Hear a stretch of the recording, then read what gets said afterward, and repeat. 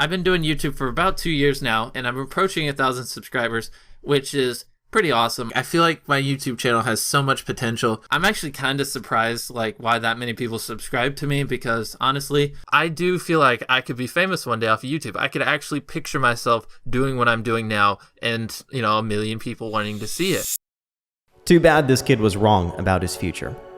10 years later, this same young man is behind a fast food counter, has been without food for 2 weeks, is collecting garbage from dirty beaches, and on the run from the FBI. Certainly not the favorable life he once imagined for himself. Except tens of millions are watching, and he owns the restaurant he works at. His 2-week fast is raising awareness for Crohn's disease, and he's cleaning the environment for a developing country. As for the FBI, well, he was caught. Jimmy Donaldson, known to many as MrBeast, is an American YouTuber who's dedicated most of his life to producing YouTube videos.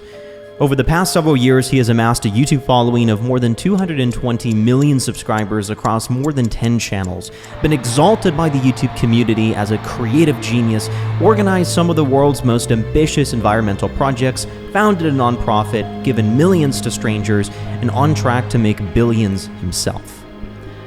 As someone who has always been intrigued by Jimmy's trajectory as a YouTuber, my aim with this video is to provide a comprehensive analysis on the rise of MrBeast, and answer some never-before-asked questions. Questions like, how did Jimmy manage to climb the YouTube ranks in record time? Are his videos as revolutionary and original as the YouTube masses claim, or do his ideas have a track record elsewhere in the entertainment arena? What is Jimmy's viral formula for determining a video idea capable of achieving 100 million views? How do Jimmy's actions compare with those of other creative visionaries? People like George Lucas or Steve Jobs? And are Jimmy and MrBeast the same person? Regardless of what your current understanding may be of Jimmy, this analysis will expand that knowledge and provide deeper insight into the decisions and designs behind the MrBeast global enterprise.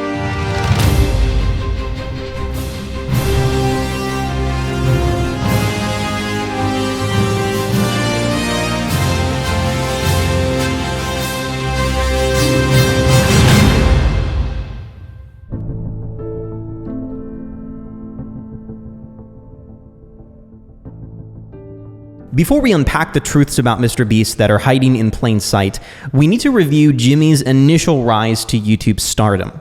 Because the modern YouTube landscape has become nothing short of a revolution in the world of entertainment. In less than 10 years, YouTube evolved from a bank of homemade amateur videos into an entire ecosystem of education and entertainment where any ordinary person with a camera could create their own media channel. YouTube intensified the competition for attention by expanding the media options available to ordinary people. Of course, traditional media industries like Hollywood, legacy television networks, and digital streaming services like Netflix and Hulu do operate alongside YouTube. However, YouTube expanded the media horizons by giving the ideas and experiences of ordinary people access to the world. Quite simply, YouTube democratized media. Anyone could capture and communicate things they felt merited attention, and YouTube's potential wasn't just limited to grabbing hold of our eyeballs. It wasn't long before creators found innovative ways to leverage that attention to supercharge businesses, launch merchandise, create partnerships with reputable brands, and pack tours. And the most sophisticated utilization of YouTube's potential was to begin when MrBeast arrived on scene. As eager as some MrBeast enthusiasts are to hastily ascribe Jimmy's early ascension to some clever blueprint devised by Jimmy that all along was supposed to supplant him at the top of the YouTube pedestal, Jimmy's initial relevance was in part due to a void he filled within the YouTube community.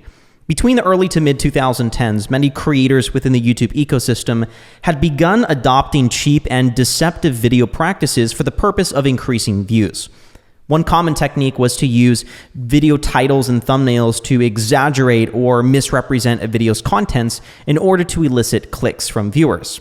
Dubbed clickbait, this technique consisted of baiting audiences with spectacle, drama, or other outrageous activities, In most cases, the video would underdeliver and upset viewers who were disappointed at the video falling short of its elaborate promise. Clickbait largely emerged due to developing revenue opportunities for creators. The early 2010s, for example, saw a large surge in advertisers who began to show rising interest in participating in YouTube's advertising program.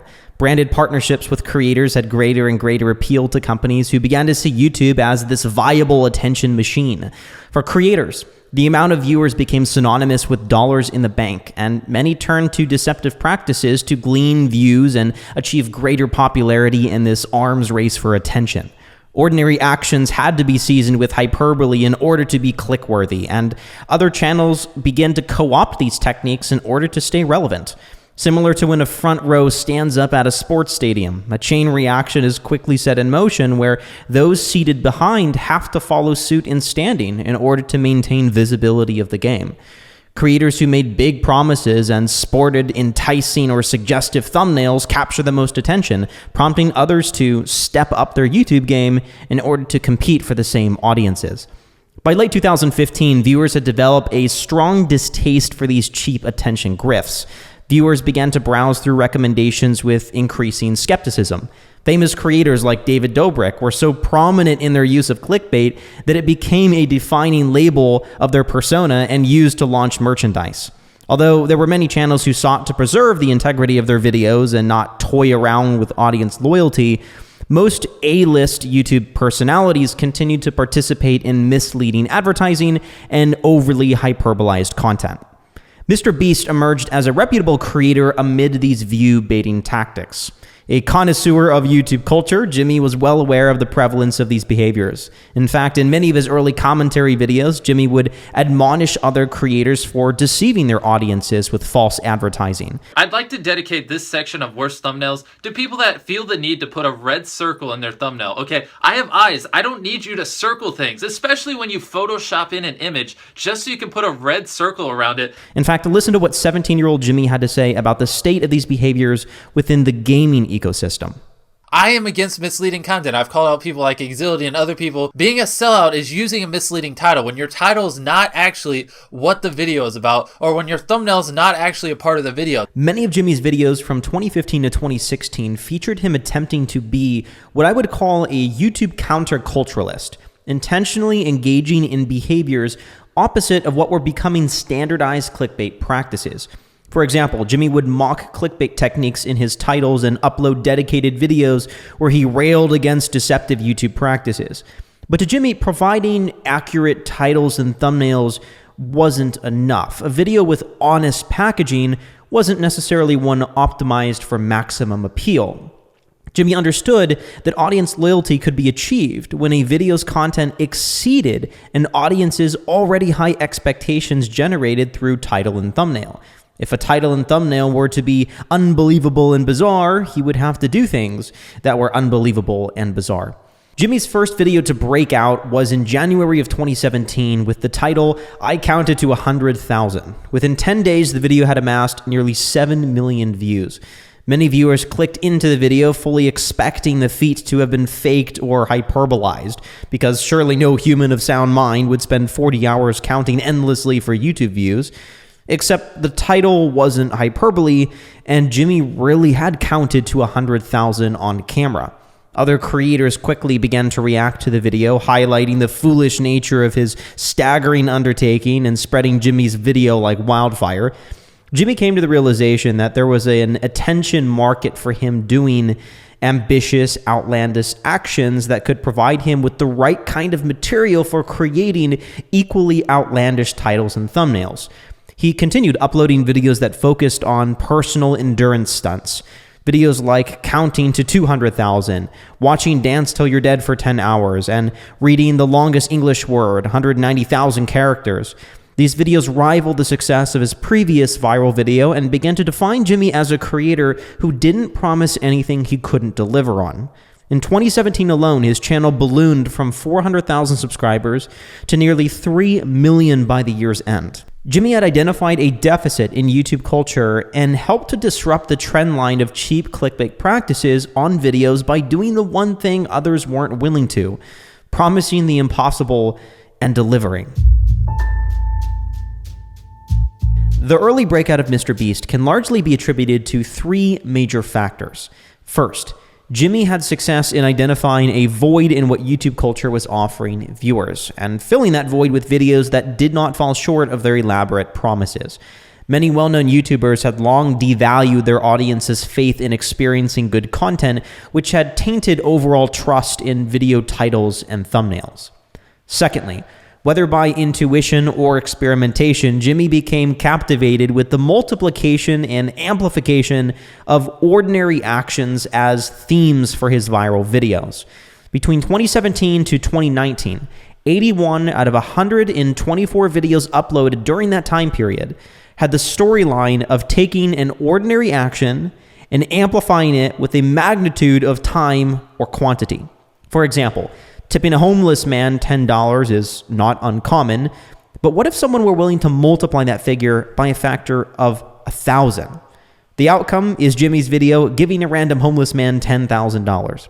Walking into a supermarket inside an inflatable dinosaur costume probably isn't an event that would make local headlines. How about assembling a posse of 100 Jurassic-clad crazies and storming a mall?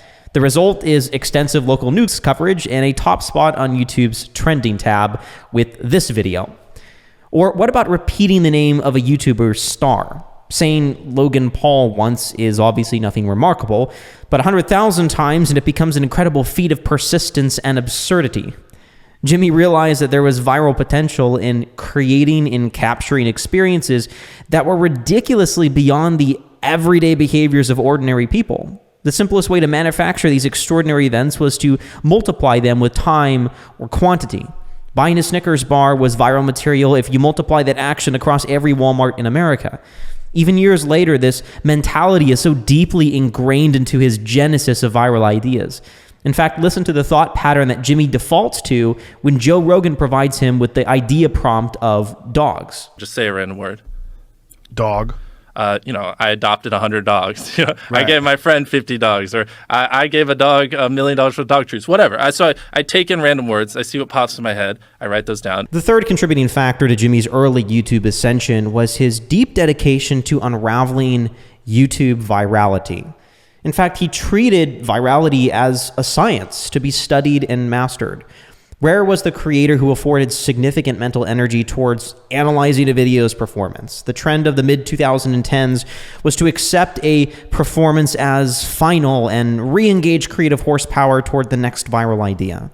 There were certainly viral themes that were exploited through multiple videos, and that was quite common, but the idea of reverse engineering a video's performance only appealed to a select few. Jimmy's approach was to keep detailed logs on the performances of different video dynamics, such as brightness, color contrast, pacing, and upload frequency, just to name a few. With the input and mutual curiosity of a small group of creator friends, Jimmy created charts and plots of this YouTube data that gave him an exclusive understanding of what separated successful videos from those that underperformed. Somehow found these other 4 lunatics. We were all super small YouTubers, and we basically talked every day for 1,000 days in a row and did nothing but just hyper study what makes a good video, what makes a good thumbnail, what's good pacing, how to go viral. And we'd do things like just take 1,000 thumbnails and see if there's a correlation to the brightness of the thumbnail to how many views it got, or videos that get over 10 million views is how often do they cut the camera angles, or things like that. We were very religious about it, and so that's where most of my knowledge came from. Is I just surround myself with these lunatics, and just every day we didn't do anything. We had no life. Now, living and breathing YouTube data for days, months, years on end through the extensive analysis of YouTube videos, I'm sure was close to borderline insanity for Jimmy, but I do believe that he saw that as one of the only ways of acquiring an unrivaled grasp of what constituted truly viral content. But you have to ask, was it really all just for making internet videos? Because to study YouTube at such a granular level, Jimmy had to have been convinced that YouTube was far more than just another frontier of attention. It's no surprise that YouTube comprises the lion's share of online video consumption. Over 2.6 billion people now use YouTube, up from 800 million a decade ago. 95% of teens ages 13 to 18 use YouTube daily, with 68% of the content they consume being produced by independent creators as opposed to traditional entertainment companies. In the next 10 years, Jimmy says he expects YouTube's user base to continue increasing, and the thousands of hours and millions of dollars invested into his productions demonstrates a mounting confidence that YouTube still has far to go as a distribution channel. In 10 years, YouTube's going to be bigger than television ever was for culture, in America at least. And so I think a lot of people underestimate that. I think there's nothing more lucrative possible than to just be the biggest YouTuber for the next decade. There's just no world where YouTube doesn't grow year over year, in my opinion, for the next 10 years. It's just has such a deep catalog, and there's so many people on it. Has the best monetization program. Now, this adamant belief in YouTube's potential isn't something that has emerged as Jimmy came to terms with the sheer amount of attention he was commanding. He didn't acquire success on YouTube and only then double down on preaching the good news of the platform. It's certainly a good argument. Why wouldn't someone wanting to preserve their longevity as a YouTuber not reinforce the value of being a YouTuber?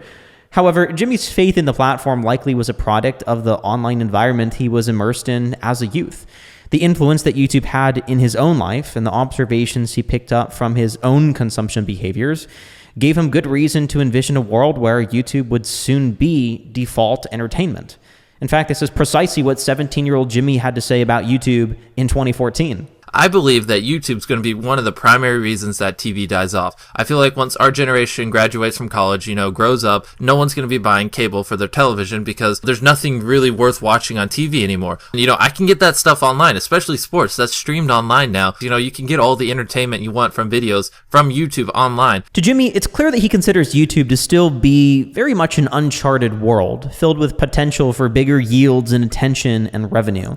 In fact, he has continued to state that YouTubers think small by chasing quick profits, and he certainly hasn't been hesitant to harp on executives in traditional media outlets like Netflix, who refuse to acknowledge YouTube as the next major market for attention.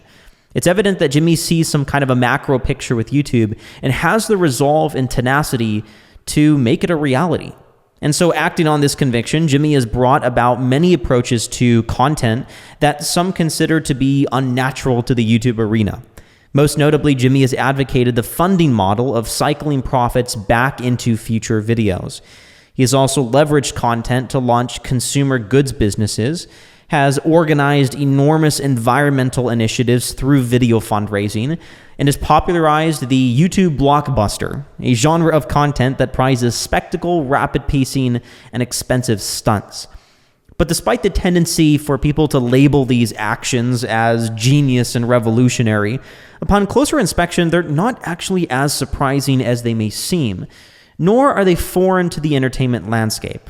In fact, I want to show you in the next few minutes how Jimmy's timeline of innovation follows a similar sequence of events as another legendary creator, one by the name of George Lucas. Although it may seem an odd comparison, Jimmy and George Lucas have an incredible amount in common, and a careful examination of George Lucas reveals a lot about how Jimmy approaches YouTube. To fully appreciate the parallels that exist between Lucas and Jimmy, it's necessary to briefly examine Lucas's own ascension within Hollywood. The innovation and creative models that Lucas brought to the Hollywood film scene will have a deep role in understanding the significance of what MrBeast can mean for YouTube. Before the age of YouTube and home video had even caught on, America's appetite for entertainment was largely satisfied by Hollywood and the theater experience.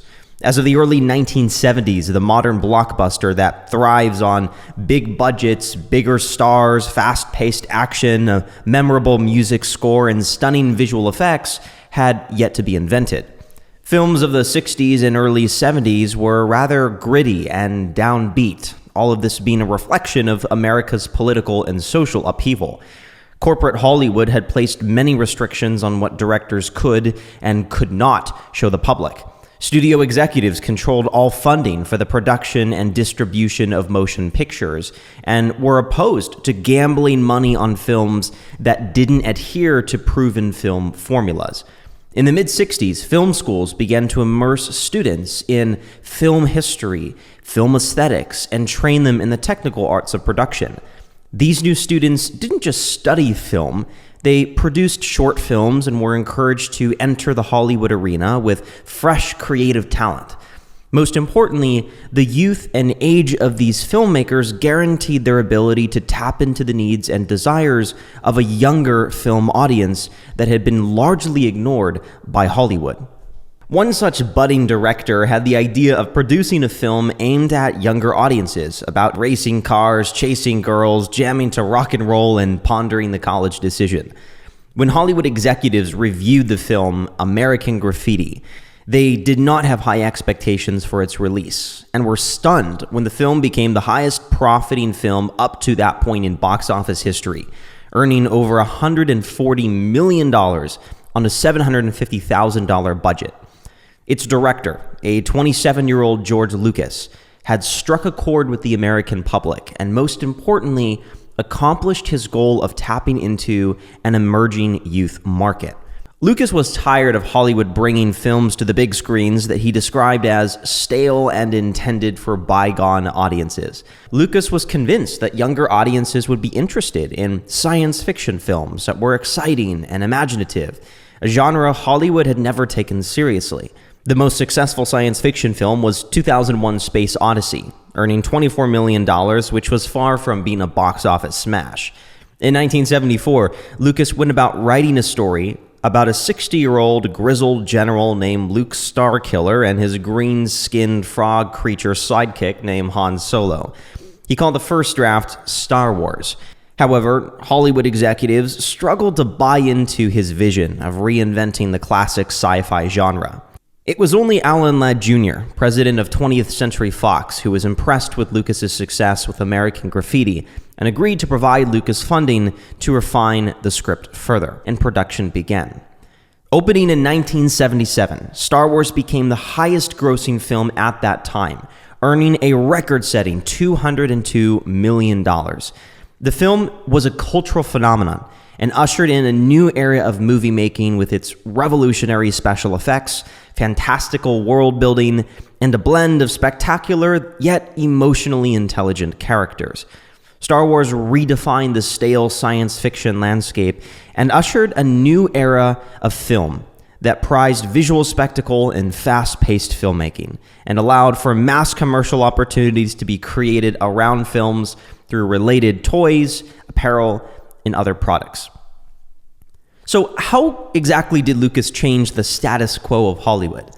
First of all, he was the first director with foresight to discern what demographics Hollywood was not sufficiently satisfying: the youth. He met that demand by creating films that repackaged long-forgotten themes to appeal to the emergent audiences of his time. We'll come back to this point later on. Secondly, he developed the blockbuster formula, a genre of movies that targeted a mass market audience with an emphasis on big budgets, high visual impact, quick pacing, special effects, and fantasy world building. Third, Lucas was the first director to make a shift from filmmaker to entrepreneur by using his films to launch ecosystems of businesses in the toy, licensing, and media markets. Star Wars showed the motion picture industry a new reality: that the actual film can be one of the least profitable parts of the movie-making enterprise. Finally, Lucas was the first filmmaker in history to break out of the corporate Hollywood system and build his own means of production and successfully create, produce, finance, and retain ownership of his films. He famously reinvested the profits of his films back into the next, more ambitious project. This allowed him creative independence and the freedom to experiment with new, unproven ideas. If you're beginning to notice similarities between the actions of Lucas and those of a certain popular YouTuber, then you can also appreciate how MrBeast is on the track of a sequence of events that has previously terraformed an entire industry. Jimmy has identified a content medium, in this case YouTube, that he believes has far more potential than it's currently being afforded. To explore the limits of that potential, he has worked relentlessly to experiment with creative video formulas and ideas that appeal to mass markets. So, how do MrBeast's actions compare to George Lucas's Hollywood Playbook? We'll spend a few brief moments unpacking them here. There will be a more comprehensive discussion of each of Jimmy's actions later on. To start, Lucas's creation of the blockbuster formula was the outcome of his efforts to create a new genre of content aimed directly at younger audiences. Lucas's philosophy was simple: show the audiences something truly spectacular, and they'll be back for more. To accomplish this, it was necessary to make good films that brought stunning experiences to the screen that could not be witnessed elsewhere. Jimmy, similarly, is largely credited for migrating that same philosophy to YouTube. His belief of, quote, making the best videos possible reflects that same desire to enthrall audiences with imaginative and engaging content. Jimmy's usage of music, rapid-fire pacing, and big ideas have been incredibly influential in YouTube culture. This widespread adoption of Jimmy's video techniques has even been broadly referred to as the beastification of YouTube. With great attention, of course, comes great ability, and Jimmy has been successful in using his media to breathe life into a portfolio of charity and environmental initiatives, Beast Philanthropy, Team Trees, Team Seas, and businesses like MrBeast Burger and Feastables. These businesses are able to operate independent of him to generate income or impact. This mirrors the entrepreneurial mind of Lucas, who also viewed media as a supercharger for business and branding. It's not surprising that the majority of his $5 billion net worth came not from box office earnings, but from the licensing of toys and media and the eventual sale of Lucasfilm to Disney. As a pioneer of novel ideas, Lucas needed to build systems and infrastructure that would support his ambitions to change Hollywood's standards for entertainment. His creation of Industrial Light and Magic and Sprocket Systems were strategically built to support his own work and that of budding filmmakers in the industry. Compare this to Jimmy, who has bootstrapped YouTube's largest content machine from the ground up and is introducing new content systems. MrBeast has also mirrored Lucas's funding model of self-financing his media projects. It takes no genius to realize that in order to bring ideas to life, you need capital. Instead of seeking traditional funding, Jimmy has repeatedly cycled all profits back into each subsequent video. This has allowed him to gain financial independence and control over his creative decisions. So you might be wondering, is the point of this comparison to suggest that Jimmy is somehow on the trajectory of becoming the George Lucas of YouTube, or that Jimmy's establishment of his YouTube enterprise is somehow dwarfed by the accomplishments of Lucas, who operated in a much larger Hollywood industry? On the contrary, when we consider the enormous attention Jimmy commands and his intense conviction in YouTube's future, the steps he's taken to change the stereotypes of YouTube production are not only prudent, but completely logical. If Jimmy does indeed have the conviction that YouTube will continue to be at the forefront of video consumption, why wouldn't aggressive expansion be the next obvious step? And it certainly wouldn't be too bold of a claim to suggest that bright minds think alike, and that having fully realized they were charting the frontier of a new genre of content, Lucas and Jimmy both took advantage of their position to not only expand aggressively with their creations, but begin laying infrastructure that would allow other creators to further develop the potential of their respective industries. Although the exact sequence of Lucas's actions could be considered a crystal ball for reading into a possible future state of YouTube, one characteristic of Jimmy that no amount of study of Lucas can provide insight into is his source of education and influence for his viral creations. In other words, where does Jimmy's creative acumen come from? It's true that in principle, Jimmy's videos accomplish similar effects to Lucas's films in that they captivate viewers with larger-than-life stories and experiences, but Jimmy doesn't possess the extensive film education to draw upon as Lucas. He never had a rigorous stint in film school where he studied the cinematic arts, storytelling, learned to operate equipment, market ideas, and budget films. For Jimmy, his early knowledge of video production was acquired through experience rather than formal education. Jimmy hasn't been timid to share his humble beginnings of not being able to afford quality equipment. In fact, as an early teenager, each dollar he saved was invested towards upgrading video and audio hardware, which allowed him to steadily improve the standard and performance of his videos. What was his curriculum for studying the science of YouTube virality? Well, he consumed YouTube videos. Jimmy has admitted that he notoriously watches very little movies or television, except those that carry a heavy cultural weight, like Spider-Man or the Minions.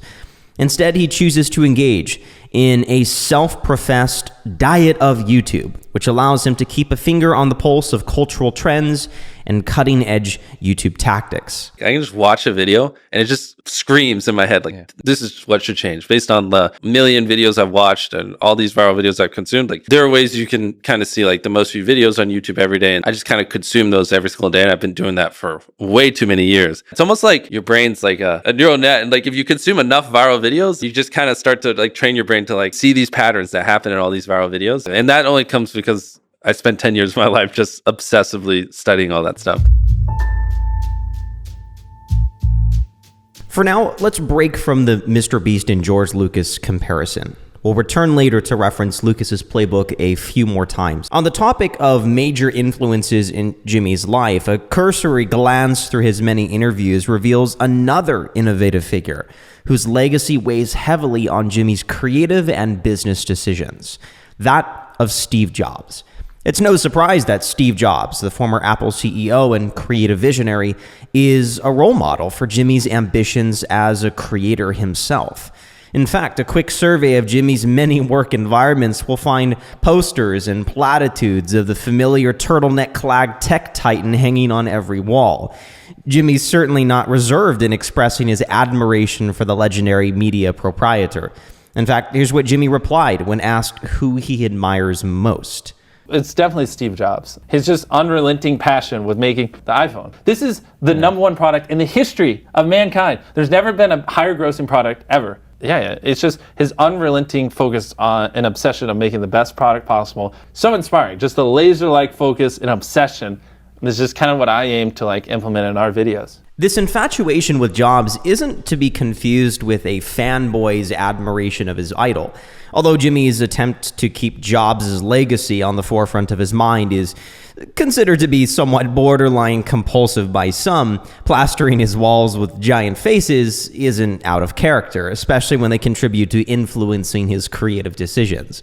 In fact, many of Jobs' unique perspectives on creativity, recruiting, and vision have been zealously adopted by Jimmy. Most notably, Jobs was renowned for his belief that any great act of innovation starts with a clear vision. What they need is a common vision, and that's what leadership is. What leadership is having a vision, being able to articulate that so the people around you can understand it. What was Jobs' modest vision? In his own words, to make the best products possible. Is it so beyond the bounds of possibility that Jimmy's bold vision of, quote, making the best videos possible isn't borrowing from Steve Jobs' famous words? Jobs was fixated on developing influential technology products that would revolutionize communication for consumers. The level of utility these breakthrough products would afford customers would be unparalleled, and Apple's early operating philosophy was giving customers no less than the best of the best. Jobs gave himself one job, a relentless pursuit to make a great product. Jimmy's dominant product can be considered his videos, and his resolve to blow away expectations for viewers with breakthrough content is no less intense. The main goal, as it should be, is to make the best videos possible. I mean, I hate to always fall back on it, but that's the driver. It's just whatever I think will make the best video possible. Because if you're making the best videos possible, you'll get all the things you want. Like, if I want to go Beast Burger, we'll make the best videos possible. If I want to be the biggest YouTuber, make the best videos possible. So that is what the laser focus should be, making the best video possible. And 99% of what a creator wants will happen if you do that. Regardless of the obvious nod to Jobs with his phrasing, Steve Jobs. Jimmy's singularity of thought is extremely rare among entrepreneurs, and even scarcer among the typical YouTuber, who rarely thinks of defining success beyond revenue thresholds or subscriber milestones. In Jimmy's case, it's abundantly clear that making the best videos possible has been the filter through which he has created since he first espoused that phrase in 2019. And to have that consistent vision over the past years is a testament to his resolve to not only execute on that grand vision, but attract the right people who can help him ruthlessly pursue it. Those with elite talent are attracted to big opportunities and desire to work for people with elite visions. When people like Jimmy are gripped with a bold vision in their souls and make it known to the world, there's something in the grand scheme of things that begins to act like a giant magnet that draws in people that can push that idea into reality. Like Steve Jobs, Jimmy has set about attracting the best in the game, people Steve Jobs referred to as A players. I've built a lot of my success off finding these truly gifted people and not settling for B and C players, but really going for the A players. These were extraordinarily talented people. I'm a big fan of just like finding people who are super obsessed and all in and A players that they really just want to be great. Jobs has also stated that a vision should be big enough that others can fold their vision inside it. For instance, in the pursuit of making the best YouTube videos, Jimmy needs editors who desire to become the best editors on YouTube.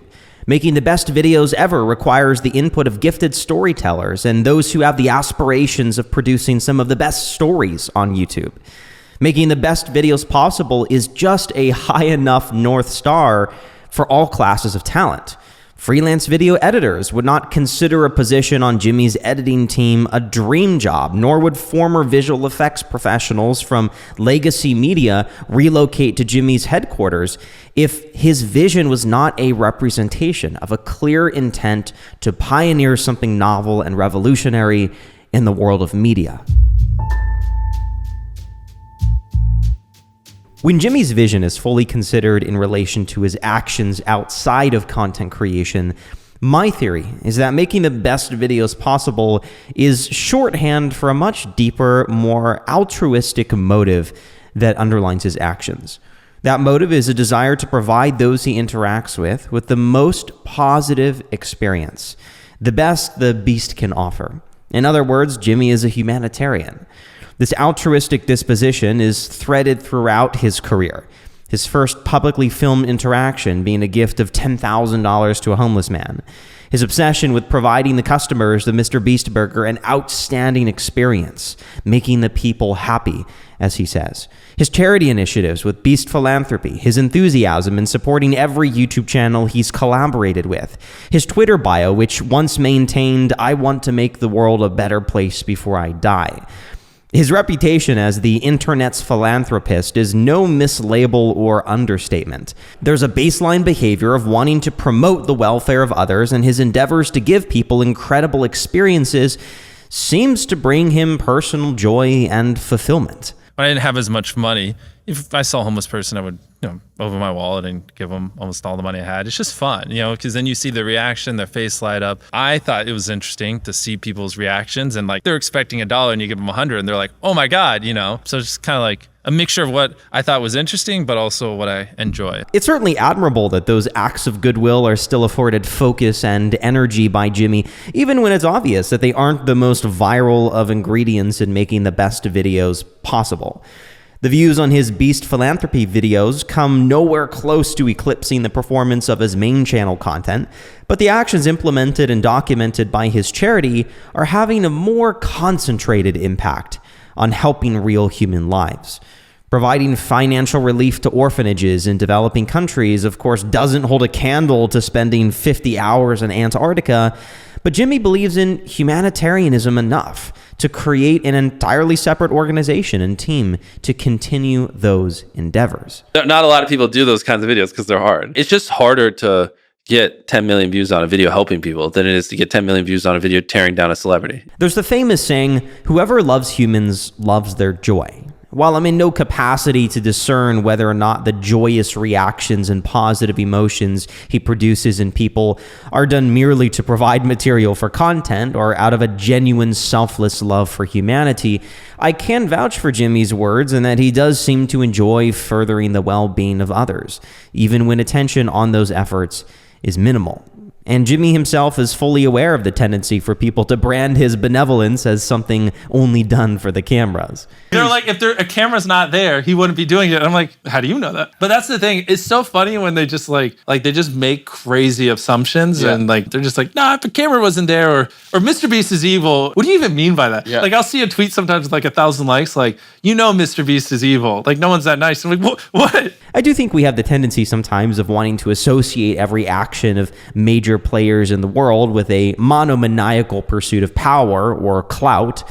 But is it so hard to believe that Jimmy is generous simply because he enjoys it? Absolutely not. But my curiosity and skepticism isn't without reason. Humanitarianism and altruism have long been used as clever guises for sinister intentions. Most recently, in the case of the effective altruist billionaire turned defrauder, Sam Bankman-Fried. Social crowds are easily bedazzled by those who commit to casting aside a life of luxury for the sake of advancing humanity. And positive public rapport is often resorted to recklessly as a meter for gauging the true intentions of public figures. With the right words and actions, acquiring public approval at scale is not a terribly difficult or long undertaking, especially when someone like MrBeast deliberately refrains from engaging on divisive topics or expressing opinions on sensitive issues.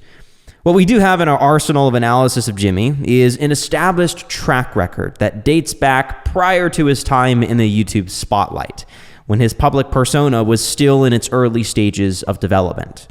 What do we learn of his humanitarian inclinations then? As basic sociology will inform, consistency of character is one of the most difficult traits to maintain. It's considered the biggest validator of true behavior. When someone performs consistently over long periods of time throughout varying levels of development, we can have high confidence that their pattern of behavior isn't artificial. Wading through Jimmy's early videos of self-conscious commentary, Call of Duty montages, and Crohn's awareness, it's evident that his default behavior demonstrated a deep appreciation of people and an investment in their success. When he was still a teen, fully aware of how small his channel was, he still made strong efforts to be a rising tide that would lift the boats of his fellow creators. While I can't speak to his offline interpersonal relationships, online Jimmy was very gracious with information. He would often quite unreservedly share YouTube growth theories he had on his channel, insights he gleaned from Skype calls with his tight network of fellow YouTubers, and any thoughts he had on the state of the YouTube creative landscape. At 16 years old with 2,000 subscribers, Jimmy would stitch together clips of famous YouTubers into a series he titled Ultimate Motivation for Small YouTubers that was intended to fire up enthusiasm in small creators to stay firm in their commitment to upload videos consistently. Although his own channel growth was terribly slow, Jimmy made an effort to celebrate each major subscriber milestone with a brain dump of his channel history and YouTube lessons. As his channel eventually gained momentum, 2015 to 2017 became largely defined by cultural commentary and trendy experiments. Yet there was evidently still a resolve to engage in themes that procured a good fortune for others. Jimmy surprised his brother with a laptop, gave $10,000 to a homeless man, donated to small Twitch streamers, and created elaborate subscriber milestone stunts that would award a random subscriber with a large quantity of random objects, such as 1,000,000 pennies or 2,000,000 pieces of popcorn. Witnessing people react to such elaborate gifts and being at the source of that amazement has become a dominant theme still heavily woven into his content. MrBeast has turned himself into the ultimate wish granter, and as YouTube's genie, he's been diligent in using his affluence in acts of reciprocation to his audience for their support of him and his content.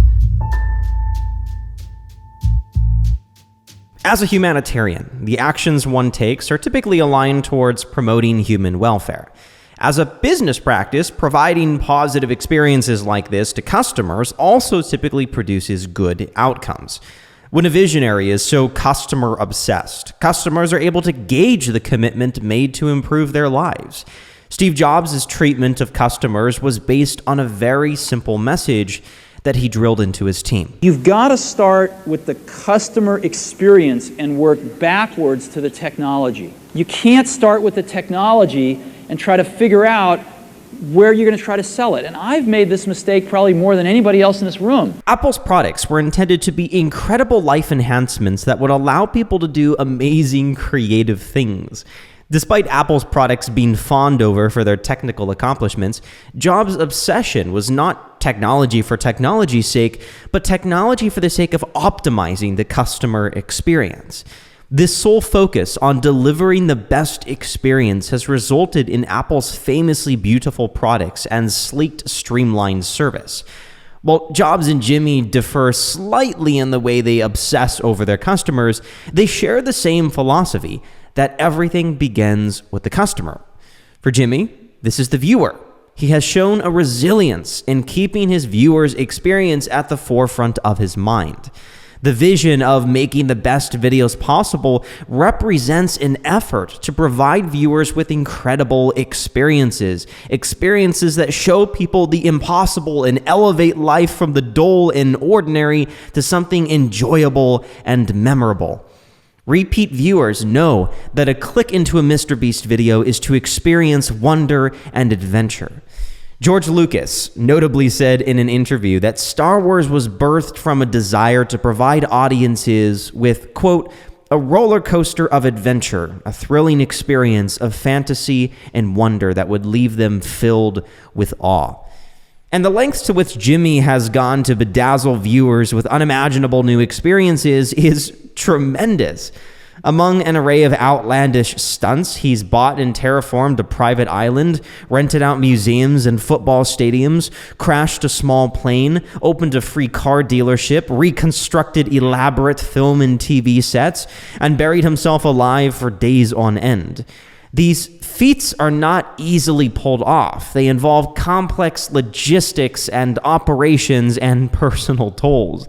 But there's a clear commitment on orchestrating incredible experiences that can be captured for his viewers' enjoyment. You really just have to make sure when people click your videos, they love it. That's why we're able to get so many views, because people are just conditioned to see a MrBeast video, they click. And they'll just do it. And every time they're not let down. There's so much stuff that goes on behind the scenes to make this stuff happen that like people don't even realize. And that's why no one else does what we do, because it's stressful, it's hard, and it's brutal. The deep-rooted commitment that Jimmy has for delivering an incredible viewer experience extends into post-production as well.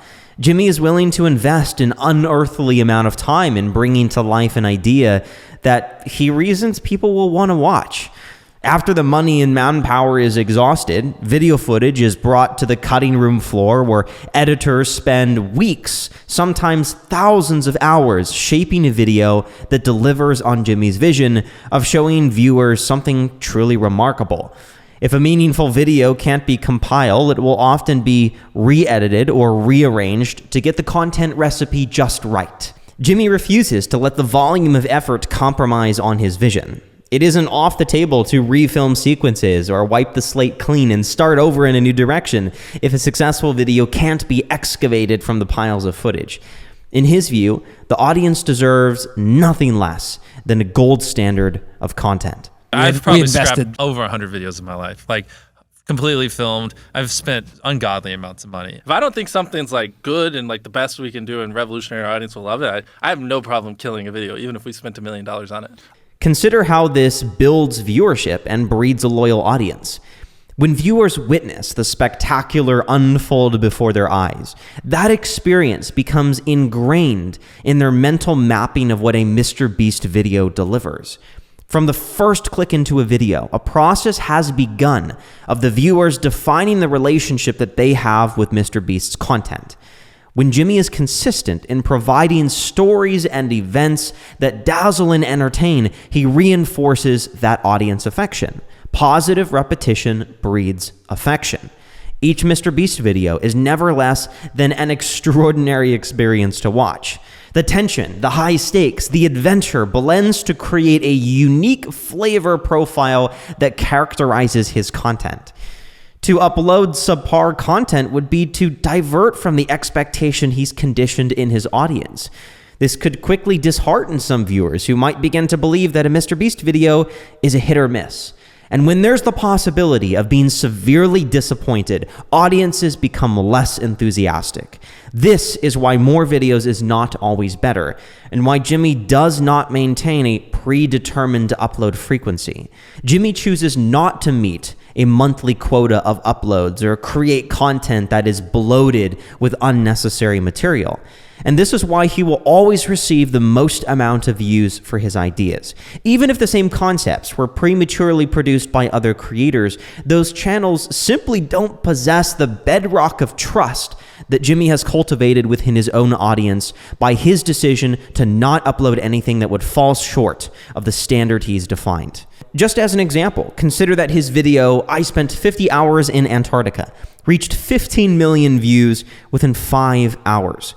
When MrBeast uploads, it matters. It's the same reason why thousands flocked to witness Steve Jobs' keynotes and product launches, and why Apple had endless lines of consumers camped outside for new product releases. Create good customer experiences, and people will be back for more. Once a consumer profiles you as someone who is devoted to their satisfaction, they are quick to reciprocate with hardcore loyalty. MrBeast has always been a champion of better products, not better profits. Pursuing a return on the investment into his main videos is not his primary objective, and he has been willing to bleed money in the pursuit of delivering an exceptional experience to his audience. Not every video, of course, results in sunk costs, but Jimmy has refused to restrict his creativity within the bounds of financial obligation. One of the techniques Jimmy has popularized within the YouTube creative community is rolling his profit that he does make from a video into his next. For the last 8 or 9 years, every dollar I've made, I just spent it the next month on content. And I just did that every single month, and it just kept getting bigger and bigger. And when I used to make $1 a day, I saved up for months and I bought a microphone. And after that, I bought monitors for my computer, and I just kept going and reinvesting. And then I tipped pizza delivery people $100, and then I tipped a homeless man 10 grand, and then, gave away cars, gave away houses. And this idea of ramp funding, where all profits are cycled back into future productions to fund bigger and better projects, represents a new shift in the behavior towards YouTube. Jimmy has shown YouTube that a path to producing bold ideas exists and is accessible to anyone willing to not take from the harvest too early. In this attention economy that we live in, money has come to represent a yield of attention. There are only so many people that can be reached by a video with a budget of $10,000. While it's true that good ideas and powerful stories can amplify a video's impact radius, creative freedom is still ultimately limited by budget. The more funding available, the more freedom a creator has to play around in unfamiliar territory and pursue ideas that aren't achievable with an average budget. If the objective is more attention and greater impact, how would pocketing profits early not be a form of self-sabotage? This model of making money to make better videos instead of making videos to make money is still a very unorthodox practice in the world of YouTube. However, it's not without precedent in other media industries. George Lucas, for instance, notably popularized the practice of self-funding many of his own films. Since the 1920s, the Hollywood standard was to acquire funding directly from the studio. Since the studios took on the financial burden, it was them that had the veto power to greenlight or dismiss film concepts. It was their millions being spent on a director's promising idea, and most of them were hesitant to introduce new concepts because of concerns that their investment wouldn't be returned. As such, studios only funded proven ideas that would guarantee a profit, even if the genre was heavily saturated or the plot massively overdone. This behavior is still very much prevalent in Hollywood today, with studios continuing to add to movie franchises that already boast upwards of 5, 10, or 30 plus films. It's why every major franchise seems to need another sequel, or a reboot, or a recast. The danger of failure is reduced when you work with material that has been worked with before. Lucas, however, was aware of this trend even in the 1970s. He quickly came to the conclusion that he would need to gain financial independence from the Hollywood studios if he wanted to bring his ideas to the big screens. His solution following the success of Star Wars was to reinvest everything into the next film. Lucas said himself, quote, I took all the money I made from Star Wars and popped it back into The Empire Strikes Back, and the money from Empire into Return of the Jedi. Each film has paid for the next. MrBeast also breaks from these traditional financing models with his approach to self-funding. Because he refuses to gauge a video's success based on financial incentives, he's able to better execute on his creative vision without constraint. And to be clear, he's not hemorrhaging money either. His videos aren't endlessly draining the bank. Instead, MrBeast uses the volume of attention he commands to launch businesses that can achieve the profitability of a functioning business. He's also engineered an incredible funding engine for his primary channel that is fueled by smaller income streams. The gaming channel doesn't cost a lot of money to run. So this is like, mostly just pure profit. I ran into is like my main channel because I kept taking the videos bigger and bigger and bigger. There did get a point where they weren't really profitable. Like I was losing money every video. So I started this other channel so they would make money so I could lose money on my main channel. I don't really care if a main channel video makes money or not, which is another reason why people don't do what I do, because like a lot of the videos just aren't profitable. This spoked wheel model, whereby smaller channels reinforce his center axle, his main channel, with income, is what has allowed Jimmy to aggressively escalate to the scale of his ideas. The burden of maintaining a sustainable means of funding is distributed across a network of multiple channels that cost significantly less to operate, but are still efficient profit streams. The MrBeast gaming channel, for example, is responsible for a sizable amount of YouTube's top gaming videos in the past few years. Many MrBeast gaming videos have comparable views to content on his main channel, but the time and labor needed to design a world record Minecraft TNT explosion is far less demanding than organizing and funding a hunt by the US military, complete with a helicopter, bridge demolition, buried coffin, and renting out a museum. As another example, the MrBeast Reacts channel features Jimmy and his crew involved in witty banter as they review trending internet content. This content, of course, isn't achieving groundbreaking originality or virality, but it does give Jimmy a means of curating and capitalizing on the popular internet content without needing to be heavily involved in preparation or post-production. Jimmy is fully aware that this content is low-hanging fruit, but it serves a greater purpose. It adds a spoke of income to the revenue wheel that supports his most influential projects. Additionally, Jimmy also has been able to repurpose his main channel videos by translating them into French, Russian, Portuguese, and Spanish. Each video is uploaded to a dedicated language-specific channel, which creates additional profit streams with very little upkeep required. This funding network, this elaborate funding wheel, coupled with the practice of ramp funding, recycling profits, isn't just about resourcefulness. It represents the preservation and the protection of Jimmy's creative independence.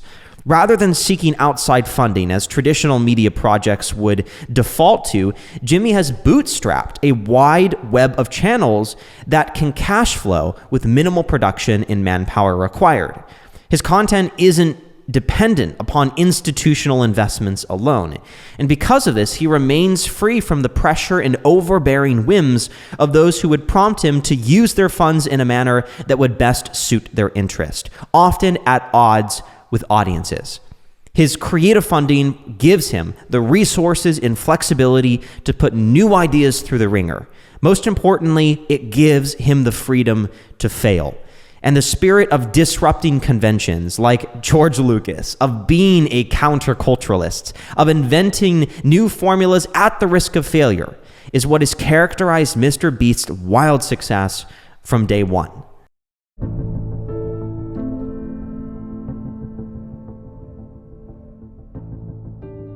As Jimmy is pushed up against the conventions of YouTube and played with its potential, it's probable that he has accumulated a powerful knowledge of the mechanics within YouTube that weigh into a video's virality.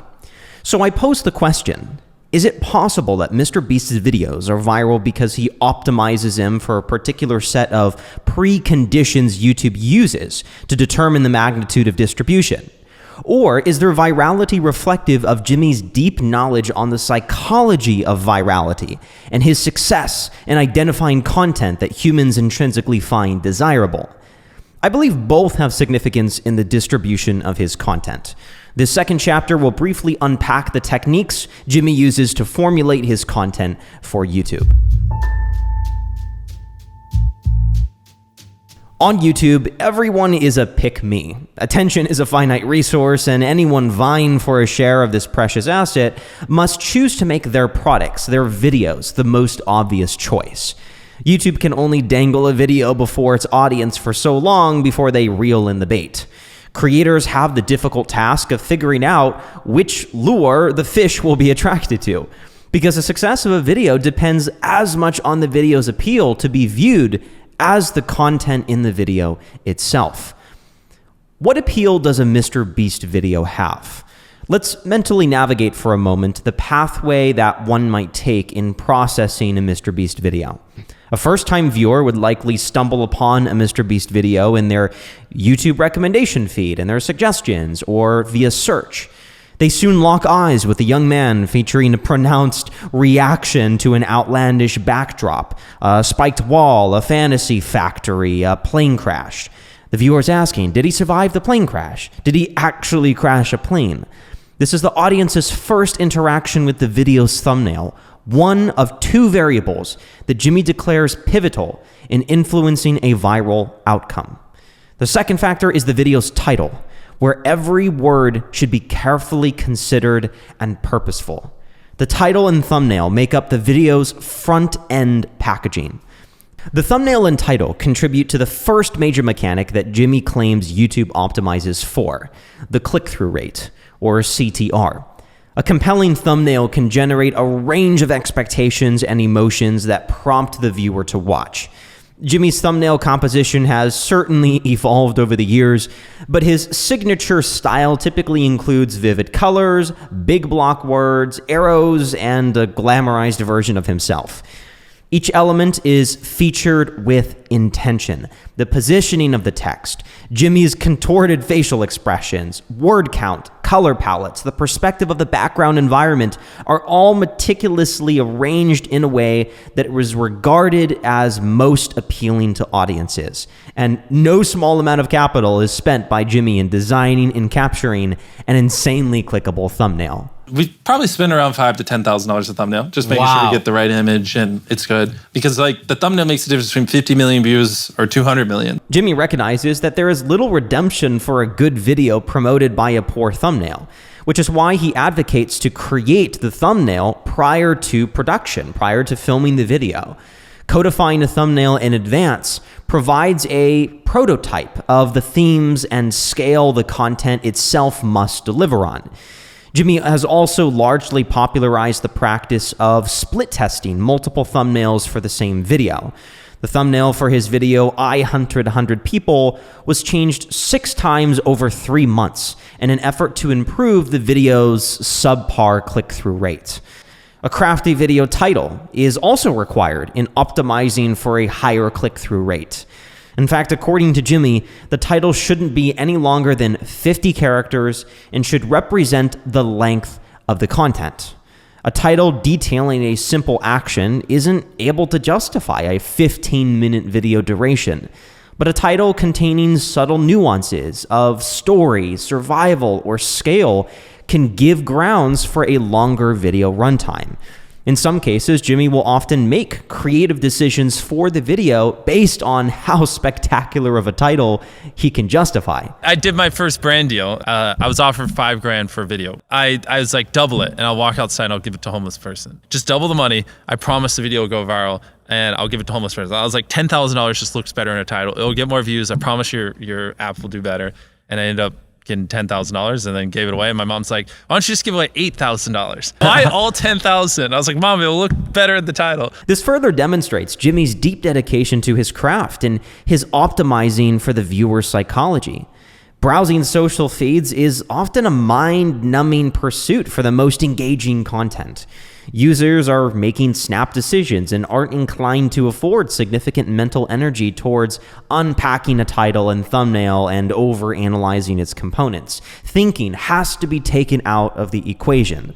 And a simple, universal, powerfully promising idea that flirts with the viewer's instincts plays a large part in reeling in unfathomable amounts of attention.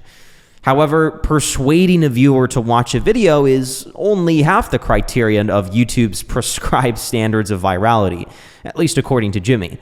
In addition to achieving a high click-through rate, a video must also sufficiently retain an audience's attention. Bubblecop, Jordy, showed me a graph where he took all his videos and he graphed them by click-through rate and average view duration. And the ones with the higher click-through rate and average view duration combined got the most views. The higher both numbers are combined, exponentially more the views are. And that's when I was like, oh, I mean, because when you think about it, what does YouTube want? They want people to click and watch a video. Due to this emphasis Jimmy has provided on click-through rate and average view duration, or AVD, these metrics have come to be revered as commandments in the YouTube community. Jimmy's own attempts to modify his content to better retain audiences has spawned a trend of obsession over what is called retention editing. Across the YouTube arena, creators have eagerly adopted all of the techniques used by Jimmy, leading to a widespread adoption of content hyper-optimization.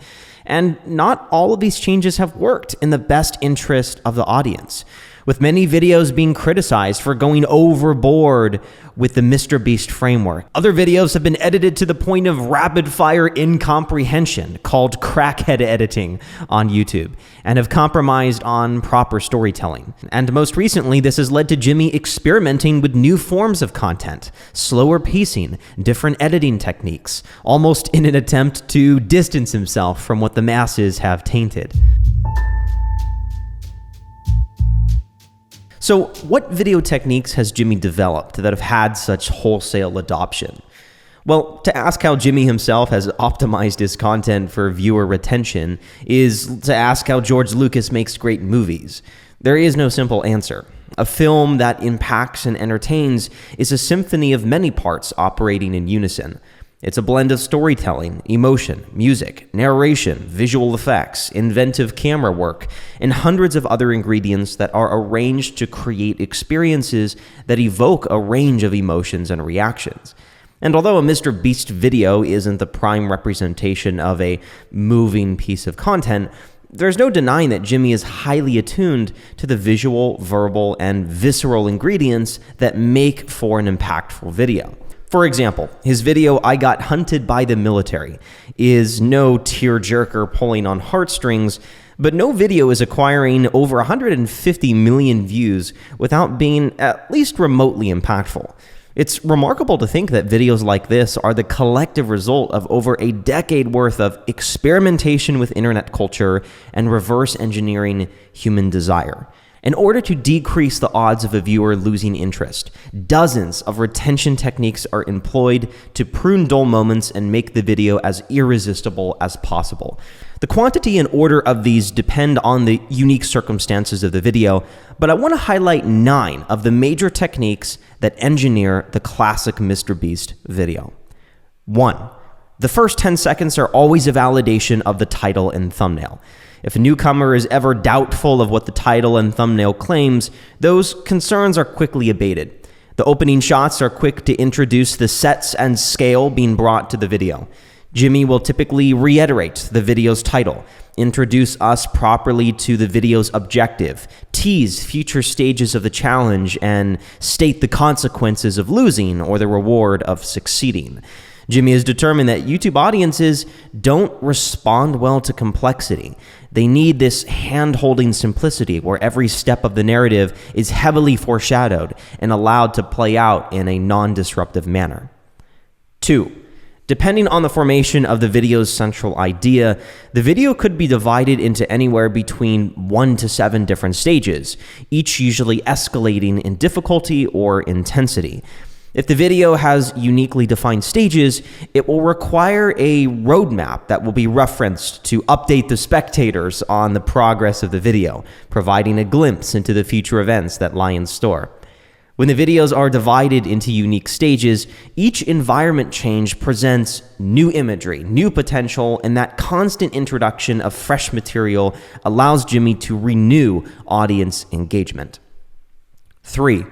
In strict competition videos, as the video participants frantically work towards completing their challenges, Jimmy has the MrBeast troupe, the boys, engage with the contestants to produce short comedic interactions.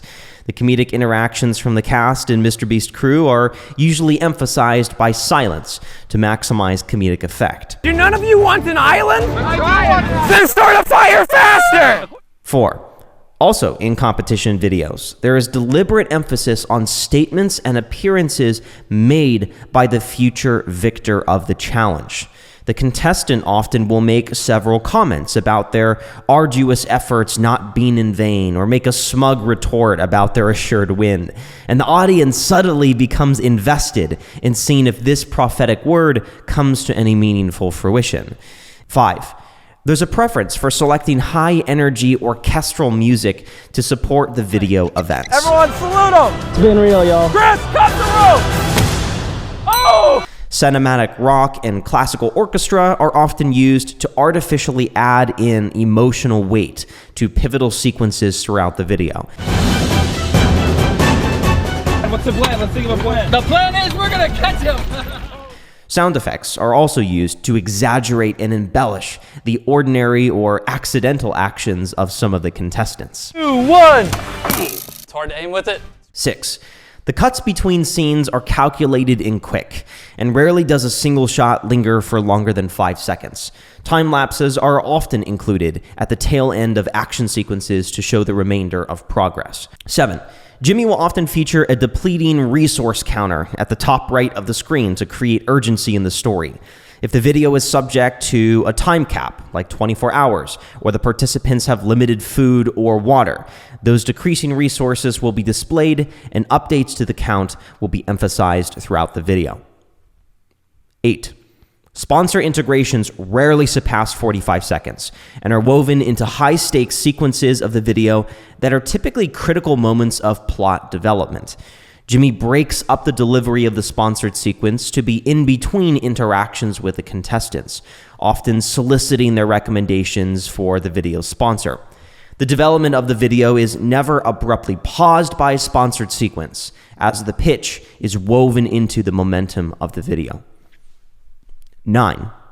Background scores are used to enhance and amplify the emotional content of the video. The music genres vary depending on the atmosphere of the scene, but a typical video will have over 50 distinct pieces of music that each serve to exaggerate the base emotion expressed in a particular scene. For example, many of MrBeast's videos have leveraged euphoric, swelling orchestral music from Two Steps from Hell, and most recently have featured an original soundtrack by Hans Zimmer that has been used to underscore the climactic sequence of one of Jimmy's adventures. Of course, all of this is an incomplete list of the editing techniques that only scratch the surface of what Jimmy has in his editing arsenal. There are dozens of additional retention strategies that are used to add clarity, tension, or drama in places that previously had none. Not to mention the order of the video sequences themselves are often restructured to create new flows and flavors of content that audiences will enjoy. The degree of intention behind each sequence really is tremendous, but although editing is responsible for propelling the video forward and increasing viewer retention, Jimmy's main competitive advantage for video success is not his editing, it's his mastery of sourcing viral ideas. And he has attested to this, that a viral idea is the closest thing a creator can have to a silver bullet in predicting virality. Idea genesis has long been considered the lifeblood of his YouTube success. And to fully appreciate the significance of MrBeast, it's required that we reverse engineer Jimmy's business of sourcing viral ideas.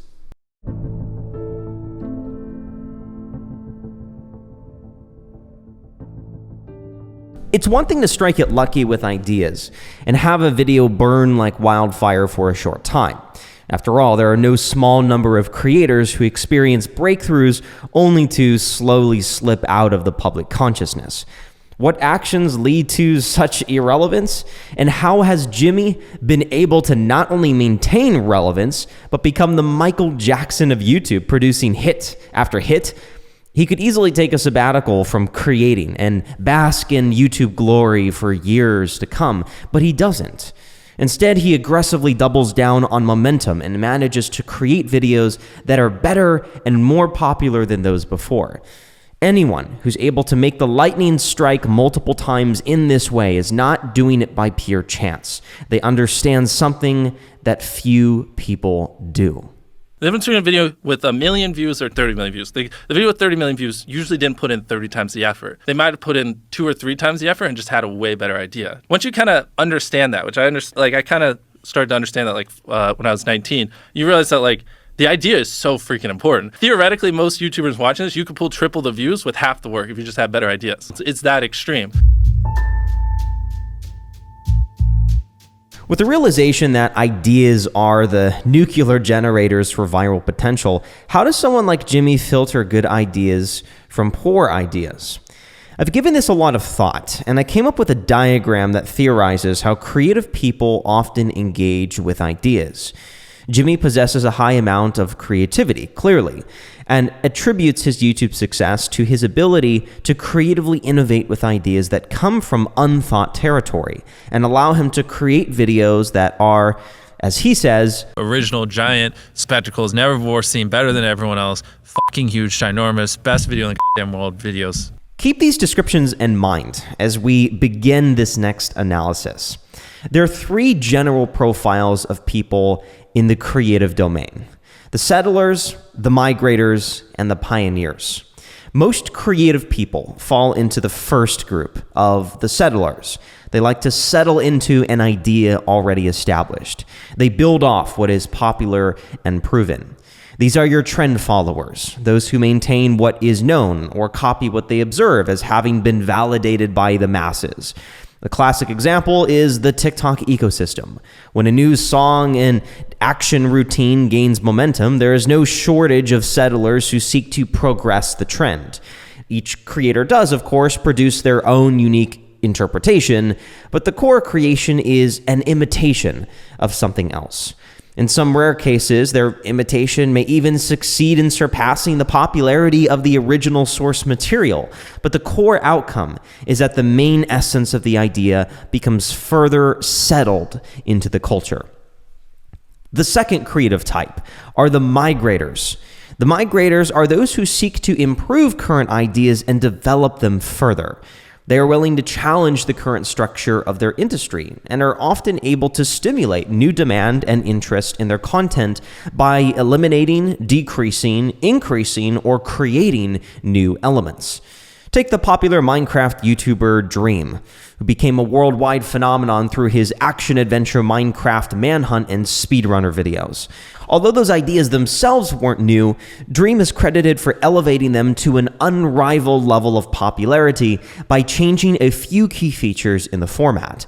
Among other factors, he determined that by eliminating sequences of non-action, increasing the intensity of the music score and storytelling, and creating jaw-dropping, high-skilled game stunts that would generate reactions for his friends, he had the recipe for an irresistible video.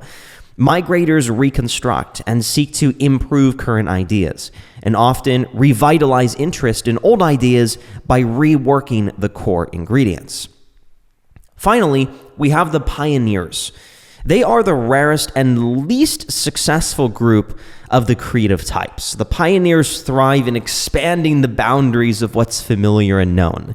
They don't accept the borders of their world as completely defined and try to create new frontiers of content by turning to other industries to successfully identify structures and ideas that can be pulled into their own landscape or mashed together with existing ideas to create something different. For instance, George Lucas, in creating Star Wars, drew heavily from the 1950s Western film The Searchers and repackaged many of the same scenes and themes for the sci-fi hungry moviegoers of the 1970s. Because pioneers often gamble with creativity in this way, they are often looked upon as foolish because their creations are foreign and unfamiliar to the masses. Of course, not all these individuals succeed or receive the recognition they deserve, but when they do, they dramatically change culture and transform standards. And these 3 creative profiles aren't exclusive to YouTube. They can be applied across different creative domains. They can also represent both creators and creations. So what happens when we take these 3 categories and we plot viral YouTube ideas in them?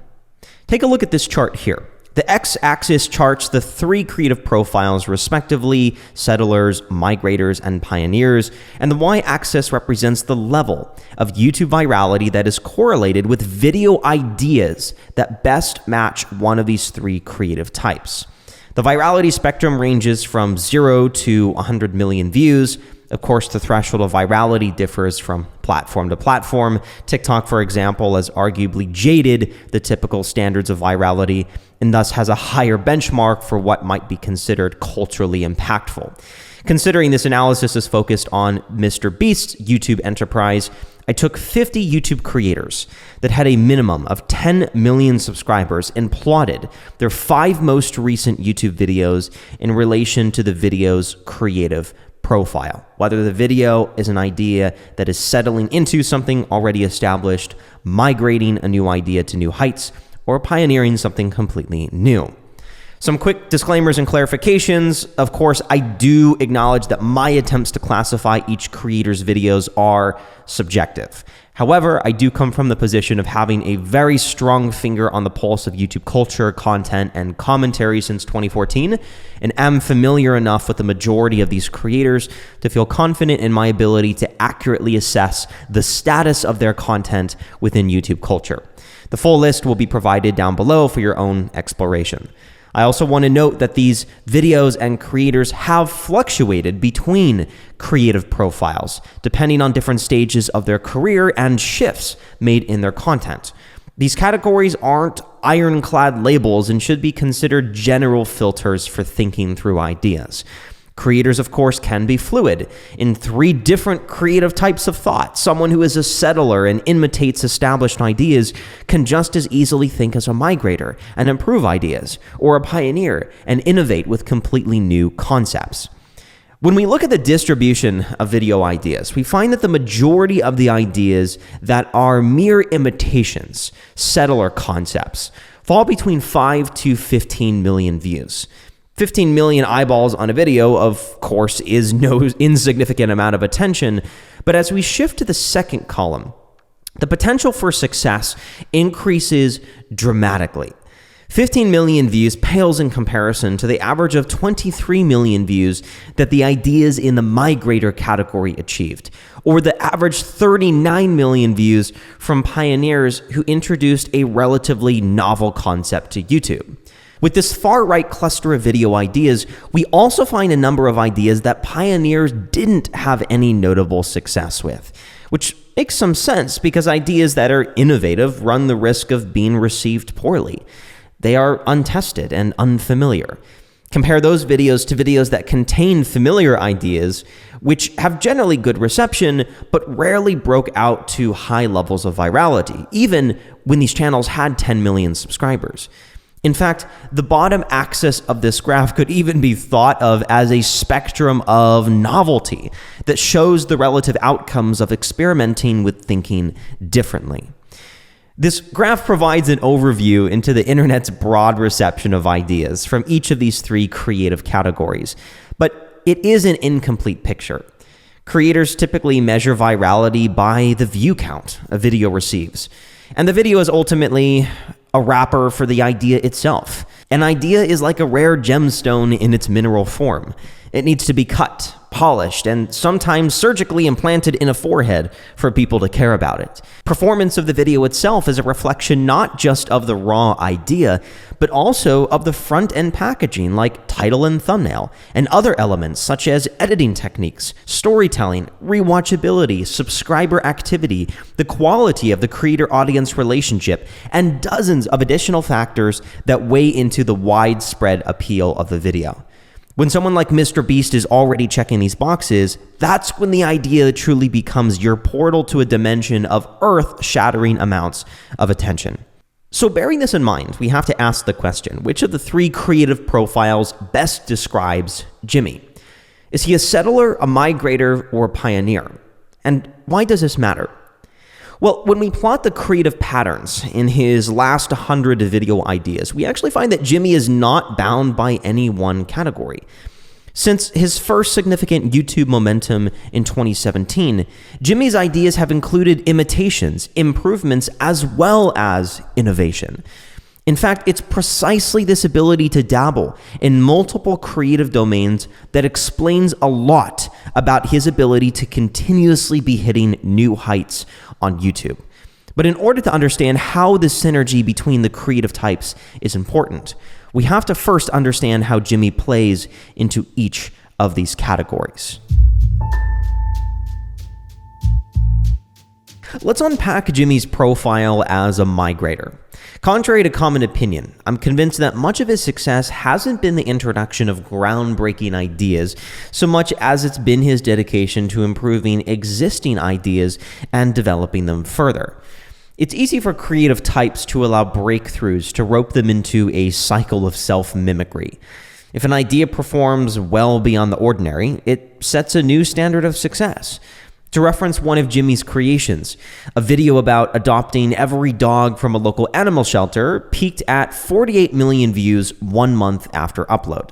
It then becomes easy to slip into the belief that the new success standard holds a reasonable guarantee of being achieved again only by revisiting the original concept. And so another video about adopting dogs is created, because why wouldn't that hold a reasonable chance of eclipsing or even exceeding the previous success threshold of 48 million views? And often that reasoning is not wrong. I'm certainly not arguing that developing an idea through multiple iterations is a practice to be avoided. In fact, many notable creators have introduced novel ideas into the creator space, and after a sensational reception, have followed the original release with multiple sequels. YouTube Mark Rober's 5-part Glitter Bomb saga is an effective example of iterating through a winning concept. The issue lies in letting breakthrough success pacify the desire to go further. Because it's easy to say, I did this before, and I like the effect it produced, so I'll just keep doing that. This kind of success by replication is incredibly seductive. Like any temptation, it also has consequences. One being the diminishing spark of creative innovation that was likely responsible for the initial breakthrough to begin with. This is only heightened by the fact that first-time success can quickly define a person's public image, which can create the pressure of having to play up to that public persona. Using our previous example, Jimmy's video dog altruism video may lead to him feeling compelled to create dog adoption videos because the social crowd has defined him as that dog guy. If a creator is not vigilant enough, reducing their creative options to only those that made them successful so far is the pathway to saturation and irrelevance. To translate, a lack of evolution is synonymous with extinction. And Jimmy is well aware of how to evade this creative trap. It is easy sometimes to be like, what we're doing is working. We need to just keep doing it. I want to keep learning and trying new things. And when you're on a come up or you're growing, you don't want to test new things once you start to plateau or have a downtrend. Because if you're like skyrocketing, right, you're up, and then you level off and you start to go down and you're like, oh, this isn't working anymore. Let's start experimenting. Well, if you have a bad experiment, now you're in like a tailspin. You're nosediving. You want to test things while you're still growing. So I think it's very imperative that you're constantly always experimenting and trying things, even if you're getting crazy, unheard of growth. What's remarkable is how Jimmy has deliberately made efforts to not accept the current version of his videos as the final iteration. Each video is merely the best presentation of his idea given the resources available at the time. Although there's little doubt that each video he produces is pushing the limits of time and money, Jimmy is well aware that the product he posts on YouTube has more potential given more time, money, and feedback from audiences. And so he often tries it again, but works the idea a bit harder. Consider that Jimmy has uploaded 102 videos on his main channel since hitting 10 million subscribers on November 6th, 2018. After we take some careful thought to categorize his ideas, we find that there are 27 unique video concepts that Jimmy has experimented with over the last 4 years. The most popular being his signature Last to Leave series, which has been revived a total of 21 times. You can see just how consistent he has been in weaving in fresh ideas. Yes, he tries to migrate ideas to new heights, but he also doesn't view his video as the perfect product that needs to be repeated until it no longer yields success.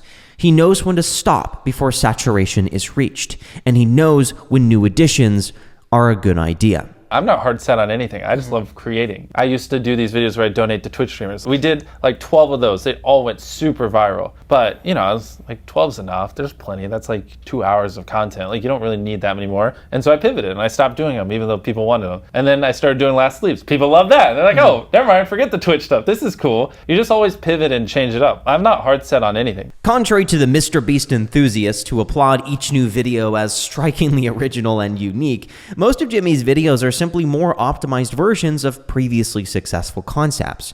There are, of course, nuances to each video that are unique.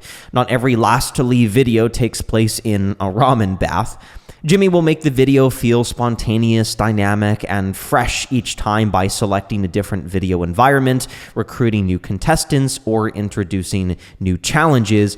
But each iteration of the idea nucleus represents an attempt to rework and mature what has worked before. This is the case not just with his video ideas, but with his editing formula, his usage of music, energy, sound design, and every other tool in his creative arsenal. There have been many conscious efforts to identify video shortcomings and migrate them to a more effective level of engagement. Let's take his Last to Leave series, which has been the baseline idea for 21 videos. In the 2019 video, Last to Leave Pool of Ramen Wins $20,000, the first 2 minutes and 45 seconds consists of a 6-way conversation about the Hallow family's nasty childhood habits. I had to poop really bad, and I pulled my pants down before I sat down. Shot out. Shot out. My mom came in there, yelled at me, told me to get out. This drawn-out sequence would be a grievous sin against the modern MrBeast commandments of editing for maximum retention, where every second must be accounted for and every sentence moving the story forward. Jimmy's latest understanding of content has led him to conclude that these discussions on bathroom humor and body functions do, in fact, sabotage the video's appeal to viewers. I would just obsess, study retention charts. You know, we'd scrape a million videos, see where the dip is. Like, I know everything. Like, if you pee, like how it hurts retention. If you sneeze, it doesn't progress the story. It's kind of like anything where like the story comes to a halt without a reason just kind of hurts retention. As we progress further in the video, the music in these older videos is primarily a lo-fi hip-hop beat, barely noticeable above the dialogue. Staying on brand. So, what happened? I just had to give my family a chance, you know. Because of this, it cultivates a noticeably more tame environment compared to the thrill-inducing, high-stakes, high-energy soundtracks that characterize Jimmy's most recent videos. Think in the mind of Jimmy. Where would Jimmy hide? Oh, he's really fast. It's like he's competing for an island. On the topic of high energy, old Jimmy used to be significantly less energetic in his videos. Now, Jimmy has come to the conclusion that high energy is more engaging to viewers. In much of his older content, Jimmy used to frequently call back to his previous challenges in older videos and would reference inside jokes and previous stunts with his friends. Although at the time these spontaneous comments served to develop the audience's familiarity with Chris, Chandler, Jake, and other members of the MrBeast troupe, most of Jimmy's videos now rarely feature scattershot conversations or inside jokes. Any dialogue is self-contained to the video and usually serves to forward the plot, introduce new information, or develop a character. I highlight these older videos, of course, not to wag a finger at Jimmy's past deficiencies, but to point out how his creative timeline has been a studious attempt to challenge his own viral notions. And that's terribly hard to do for any creator, because we're all in a quest to find the formula that can put to rest the constant need for experimentation, quell our concerns over longevity, and guarantee virality in our videos for perpetuity. It's easy to say, I've figured it out, and we want to be able to say that. In Jimmy's case, no video, idea, or formula is the everlasting gobstopper, having infinite longevity and generating new flavors every time it's consumed. If you're truly in it for the long haul, it takes a constant engagement of creative horsepower, an honest reflection on where those actions may be falling short, and a willingness to not let the fact that something hasn't been attempted before be the reason for not making it a reality. As Willy Wonka, another creative titan influencing Jimmy's work, once said, "We are the music makers, and we are the dreamers of dreams." Improving upon already successful concepts does bring the risk of beginning a mad cycle of idea escalation. While it is logical that any successful concept, like last to leave, would be given a second opportunity, it's also logical that as Jimmy works to improve upon each video, viewers will inevitably adapt to the crazy standards that Jimmy has set. With the last to leave pool of ramen video, the ramen pool was established as the new location baseline, and $20,000 became the baseline prize. Anything less extreme or outlandish than 4 humans wasting away in a pool of ramen for 20 grand has the chance of undermining the core axiom that MrBeast has conditioned his audience to believe. The idea that things only get better the longer they stick around. As we've discussed, the repetition of positive experience can breed affection from viewers, but if the bar for positive experiences or thrill isn't raised quickly enough, boredom can set in as the extreme becomes the new normal. We're doing things that have never been done before, but people have also normalized to it. So like me giving away $1 million now is like the equivalent of anyone else giving away 10 grand. I don't know. People just don't care anymore. Yeah. Not that they don't care, but they're just like, it's just normal. But I also like to just naturally make the videos bigger and bigger, but they're already bigger. In the same manner that a gourmet steak dinner served every meal will begin to lose its appeal, it's inevitable that any idea, concept, or personality is susceptible to becoming familiar. And familiarity can jeopardize any creator. When ideas become predictable or do not escalate quickly enough, it no longer satisfies the innate human desire to be part of witnessing something novel and special. And the anticipation of the new and the thrill of the unexpected is that underlying charm of MrBeast. Thus, he would be compelled to always escalate the video in some significant way for fear of becoming familiar and predictable. So the question is, how does Jimmy continue to elevate his content without getting stuck in a cycle of having to one-up himself each time for perpetuity? Actually, Jimmy may have already given himself the answer. The thing is, I'm not just known for doing things like that. Some of our videos are philanthropic. We'll go buy everything in a store. And a lot of times I just punish myself. I trap myself in solitary confinement, stuff like that. And then we have like other challenges, but there are different ways to push the envelope. I can push by giving away more money. I can push by torturing myself more. I can push by like walking a marathon in the world's largest shoes. This is why Jimmy truly shines as a migrator. It's not just that he's identified successful concepts and improved their potential, or that he's managed to upgrade his video formula in a way that dwarfs the success of his old creations. It's that he's found a way to sustainably keep the idea snowball expanding. Jimmy's ability to escalate is not limited to a single dial.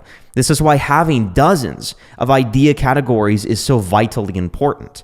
Creators often default to making ideas better by making them bigger. Because when is bigger not at least a little bit better?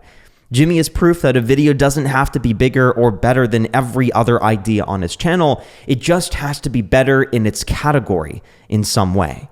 Each of these videos is extreme and outlandish for different reasons: location, duration, comparison, predator, prize, or technical innovation by hiring a visual effects team to produce Hollywood-level results in the recreation of a mass cultural trend.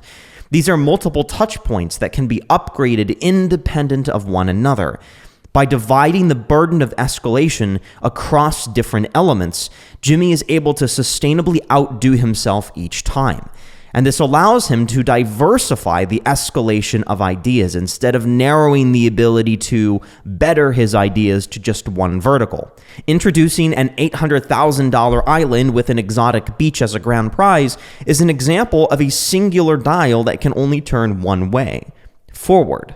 It wouldn't be prudent to follow that video with another video that features an island that is somehow inferior in expense or environment. This would be a step backwards in the extravagance that audiences have come to expect from a MrBeast video experience. It is worth noting that although every video on his main channel can aptly be considered a MrBeast video, the ideas themselves have varying levels of reception from the YouTube masses. An idea that is reaching peak saturation might not have the same mass appeal as an idea that is the first in a brand new category. Another last to take handoff title and thumbnail will probably stimulate less interest than, say, a 50-hour expedition to Antarctica, even though the content of the older last to take handoff video might be more extreme. This just stresses how necessary it is for Jimmy to keep tabs on the lifespan of each idea category and to be able to know when enough is enough before it becomes unappealing. Or if he deduces that an idea is quickly approaching a ceiling that can't be raised higher, perhaps one limited by funds or resources, then it's a proper time to introduce a new idea category that can create a fresh baseline and provide a new creative runway for future videos. And this ability to conjure up fresh ideas is precisely where Jimmy excels as a pioneer. Jimmy's undertaking to constantly improve has led to many iterations of the same core concepts. But what about the base concept for each viral category? The first video of its kind, so to speak. Can these be considered truly original? Were they so popular at first because of their ingenuity and novelty? Surely Jimmy's tsunami waves of influence that rip across YouTube culture aren't due to him surfing someone else's trend wave, are they? MrBeast has been publicly ordained as the trailblazer of new creative frontiers. And while he does clearly possess an ambition to create and capture the impossible, we have to ask the question, is he really pioneering unexplored territory? See, Jimmy fundamentally views the world as an unexplored realm of video potential. He's forever in search of ways to combine, multiply, gamify, and intensify ordinary ideas for YouTube. As we saw with the 27 unique idea categories he's explored, not every concept is a candidate for multiple iterations. There were many ideas that were attempted once or twice and never repeated again, perhaps due to an unsatisfactory reception or because they didn't feel fully aligned with the outlandish, jaw-dropping MrBeast experience that he envisioned for the idea. Others may have been one-shot attempts to introduce untapped and unusual audiences to the MrBeast content ecosystem. Regardless, Jimmy is very attracted to ideas that disrupt ordinary conventions, even his own. Migration through improving existing material helps to create longevity, but we have to keep in mind that Jimmy is also the kind of creative gambler to go all in with a weak hand because no one else will. While everyone else holds tightly onto their winnings, Jimmy adds his chips in the pot in an effort to introduce new practices and challenge the notion of what normal playing is. It doesn't have to be logical, it just has to be different.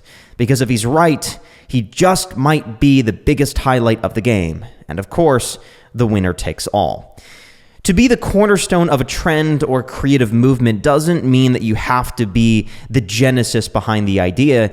You just have to have the first mover advantage.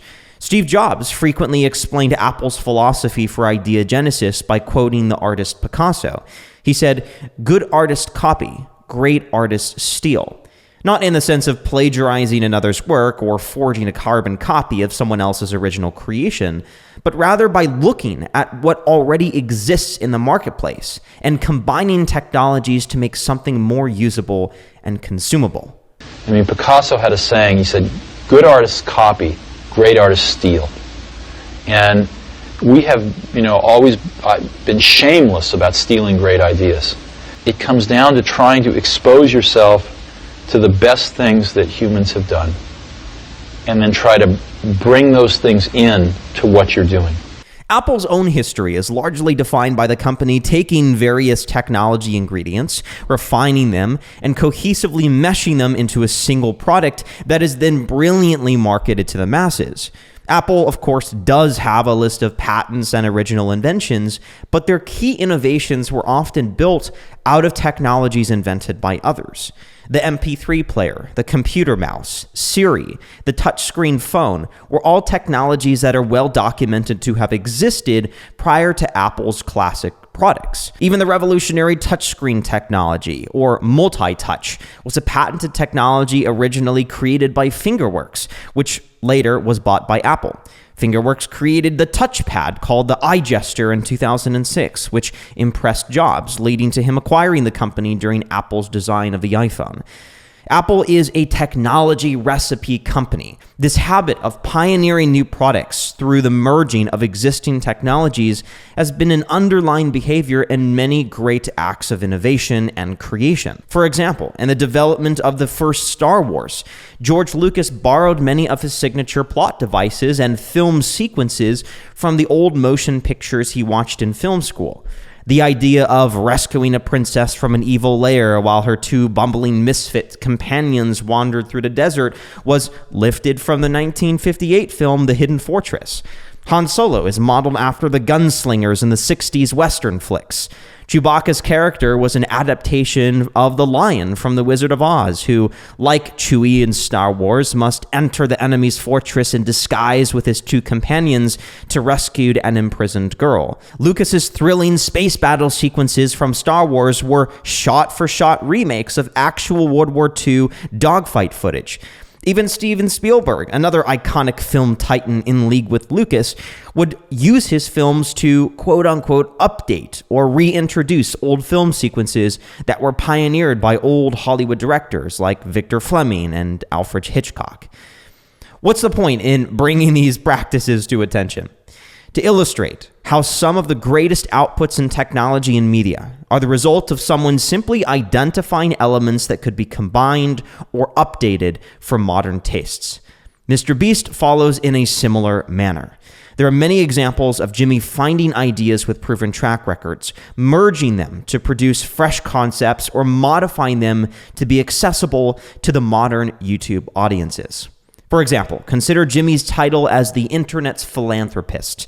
The idea of donating large amounts of money to a good cause is an action usually associated with the lofty billionaire types who make their charitable moves outside the public domain. But bring philanthropy to the turf of a platform like Twitch, for example, populated by millions of streamers seeking life-changing attention, and you've combined two ingredients to create a new recipe. In this case, philanthropy on camera is out of its element. In fact, much of Jimmy's content track record is full of testing a combination of opposing ideas that challenge common norms. How about eating a pizza, but say it's $70,000? What about being chased, but by the military? Or spending a full day, but trapped inside an ice room? In other words, what's an action that's a standard human experience, and how could that be extrapolated and upscaled, or the traditional environment in which it takes place radically changed? Granted, not anything could be substituted into that simple framework and magically have viral potential. Jimmy's taste for the components that make up viral ideas is the product of years of fine-tuning his viral sensors. In fact, in all likelihood, if you ask Jimmy to outline what constitutes a viral idea, I highly doubt he could produce an exact formula. And not because he lacks a comprehensive understanding of the science of virality. In fact, just the opposite. He has become so seasoned in gauging viral potential through the sheer volume of idea generation and the content he's consumed and created that to ask him what is viral is akin to asking someone to define their taste palette for what is good food. Certainly, they can list off their personal preferences for spicy or savory meals, but a meal that is good is often good in a way that doesn't easily lend itself to an easy description. They know what good is by the taste, and good is the result of many ingredients working together, just as viral is the product of dozens of themes aligned in an oddly precise way that Jimmy can discern to have mass appeal. When fully considering the cumulative impact of all the ingredients that make up a classic MrBeast idea, the high-stakes adventure, the play-by-play narration, dramatic soundtracks, cash prizes, and exotic or extreme locations, it's evident that these staple themes carry a striking resemblance to another content category, that of reality game shows. In fact, many of MrBeast's ideas are replications of popular game show concepts that dominated legacy cable channels over the past few decades. For example, in 2000, CBS launched a competition reality show, Survivor, where 16 strangers would be banded together to compete in high-stakes challenges for the grand prize of $1 million. Over 51 million people tuned in to watch the first season finale, making it CBS's highest-rated show and eventually the most popular reality game show in television history. With its exotic stunts, fast pace, and fabulous prizes, the record-breaking show is credited for pioneering what would become known as the challenge genre of reality television. As is expected from any increasingly popular trend, copycats and imitators were close behind. Survivor became the blueprint for numerous reality competition programs such as Fear Factor and The Amazing Race, both which debuted a few months later in 2001. These shows thrived on putting contestants through a series of intense challenges designed to eliminate participants until a single winner claimed the prize, not unlike a MrBeast video. The similarities in thematics and technique between the reality game show format and MrBeast content is very clearly evident. The wide opening shots that reveal the challenge battleground, the teasing of upcoming sets and sequences, the narrator establishing clear objectives up front, the same genre of epic orchestral music used to amplify the stakes.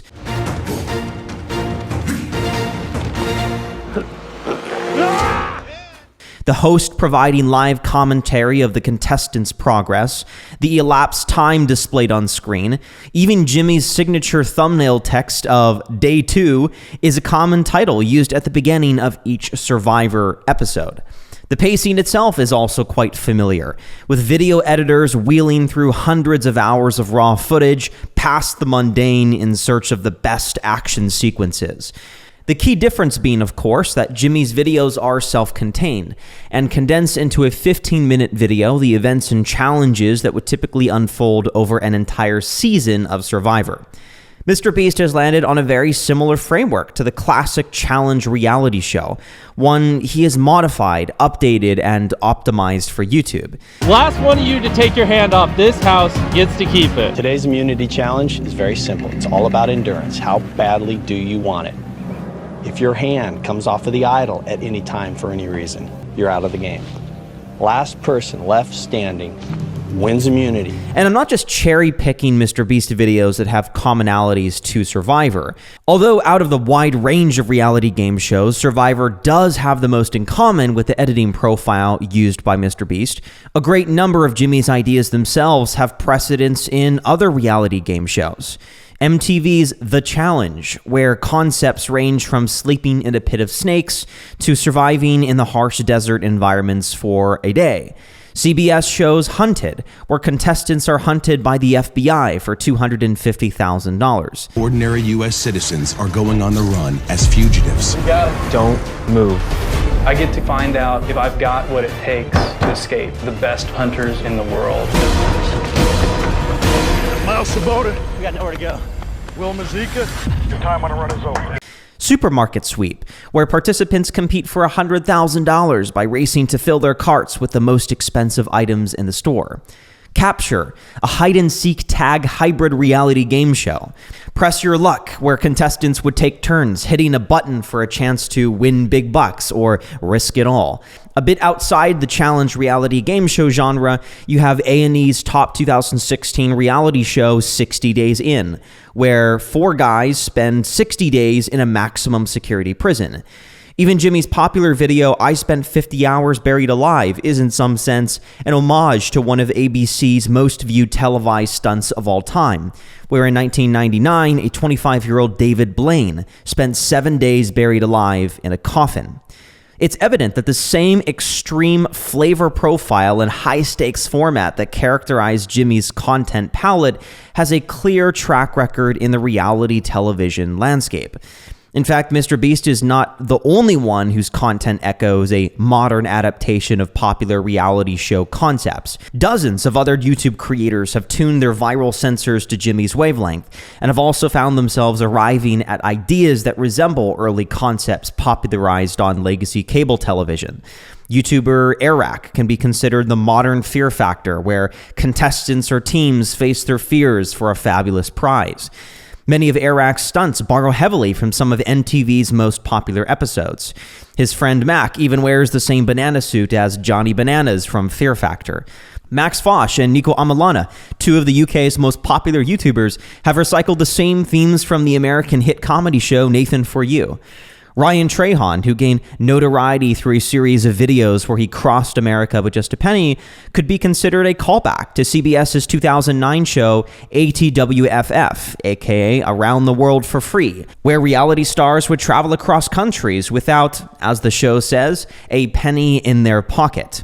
As one more example, The Sidemen, a British YouTube group, have created an entire YouTube series that recreates challenges from popular Japanese game shows like Gaki no Tsukai and Candy or Not Candy. For the typical connoisseur of YouTube culture, mentioning these game show paradigms will probably quickly bring to mind many YouTube videos whose similarity lies somewhere between a strong inspiration and mild coincidence. It's obvious that these ideas reap higher success on YouTube. In contrast to legacy cable TV with its sticky subscriptions, content paywalls, unskippable ad breaks, region-based access, and limited airtimes, it wouldn't be too ambitious to assume that a platform that boasted personalized recommendations, free access, skippable ads, and infinite rewatchability would be aptly suited to better reception. To be clear, I'm not suggesting that all of these creators have used reality shows as their direct reference for YouTube ideas. The execution of many ideas are vastly different. Although some YouTube productions do appear to borrow heavily from reality television concepts, I find it intriguing that YouTube culture has reached a very similar conclusion to legacy cable channels on the type of content that is most magnetic to viewers. And Jimmy appears to have been at the forefront of pioneering that format for YouTube. These game shows, man, like they would do billions in revenue and their prizes would be like 10 grand. Like it's whenever I go above $100,000, no one believes it. And they just can't fathom that a YouTuber can make that kind of money. That's the world we live in, which is so funny. So are the resemblances between the MrBeast ideas and techniques and those found in reality game shows like Survivor intentional in the same way that Lucas drew on vintage films to inspire his Star Wars universe? Or are the concepts a natural conclusion arrived at through Jimmy's years of experimentation? What is certain is that the pilot episodes of Survivor weren't the first videos to utilize these concepts and frameworks that have come to underline many of Jimmy's productions. As is inherent in any evolving industry, each new product that is introduced was created using the available knowledge of the time. And the early Survivor seasons were produced with the current levels of understanding that writers and industry experts had on audience retention. It has taken a wide range of creative inputs, strategic revision, all coupled with the collective lessons gleaned from previous CBS-produced hit shows for the writers of Survivor to converge on that particular package of entertainment. Similarly, given Jimmy's decade-long quest to produce the most entertaining videos, it's reasonable that he might organically stumble into similar conclusions. And given that his content diet consists very little of media outside of YouTube, it is possible that the influence of reality game show television concepts have little weight in Jimmy's idea genesis. Another point to consider is that if we entertain the idea that MrBeast is the modern adaptation of game show concepts, then it becomes apparent that Jimmy may be filling a large void in the entertainment options available to younger audiences. As mentioned earlier, reality game shows are traditionally produced by parent networks like CBS and accessed via a cable subscription or hosted on a cable network's streaming platform like NBC's Peacock. The number of cable-paying households in America peaked at 105 million in 2010, falling below 70 million in 2022, with one top-level cable executive saying, quote, "This downtrend is irreversible." Among the primary demographic of MrBeast content, Generation Z, those 7 to 25 years old, only 33% have ever watched cable TV. This is down from 72% of that same age range in the mid to late 90s and early 2000s, when high-stakes shows like Survivor and Fear Factor began to gain popularity amongst mature teens and younger adults. Now, the widespread adoption of smartphones, social media, and streaming services have altered the way those audiences consume content altogether. In fact, 7 out of 10 Gen Zers will watch more than 3 hours of daily video consumption on their smartphones, with a minimum of 2 hours of that being from YouTube. Even among the core demographic of reality game shows, those 18 to 49, 71% have stated that they feel they can find the same content online on YouTube. And does this at all sound familiar? I believe that YouTube's going to be one of the primary reasons that TV dies off. I feel like once our generation graduates from college, grows up, no one's going to be buying cable for their television because there's nothing really worth watching on TV anymore. I can get that stuff online, especially sports. That's streamed online now. You can get all the entertainment you want from videos from YouTube online. Is it possible that the human preference to be dazzled by the same extreme concepts hasn't changed all that much, and that Jimmy's success is due in part to him having simply updated the genre for audiences and made it available on YouTube, thereby tapping into both new audiences and old viewers of the reality game show genre? It's possible. Consider that Survivor is among the most popular of reality shows, CBS's #1 of all time, featuring some of the most entertaining and ambitious stunts in television history. The 51 million viewers, 28.6% of U.S. homes, who tuned into Survivor's first season finale was a sensational landmark in reality television at the time. It's reasonable to assume that the modern demographics of YouTube would also be at least equally interested by similar themes, especially considering their lack of exposure to legacy cable networks. It's possible MrBeast was there to fill the amusement void at the right time, beginning with creating primarily for younger demographics who constituted a much higher percentage of daily active users on YouTube when he first began creating. As we've seen predominantly in the online arena, the younger generation are typically the first to latch onto these cultural defining shifts in both behaviors and platforms. Facebook, Instagram, YouTube, Snapchat, TikTok all had their 3 to 5 years of being the party house before the parents came, the older folk called curfew, and initiated the inevitable winding down of hype and novelty. Certainly, momentum can continue, but these platforms are often compelled to introduce new features and fresh ideas in order to retain users. Whoever is first to detect the music slowing has the advantage of bringing new energy to the party with the right song selection. Jimmy has created that new energy on YouTube, just as George Lucas did with Star Wars. Lucas had even stated that Star Wars was an attempt to enthrall the younger audiences where Hollywood had failed. Whether by sheer luck or design, Jimmy's success in updating a classic entertainment product for younger audiences has been nothing short of brilliant timing.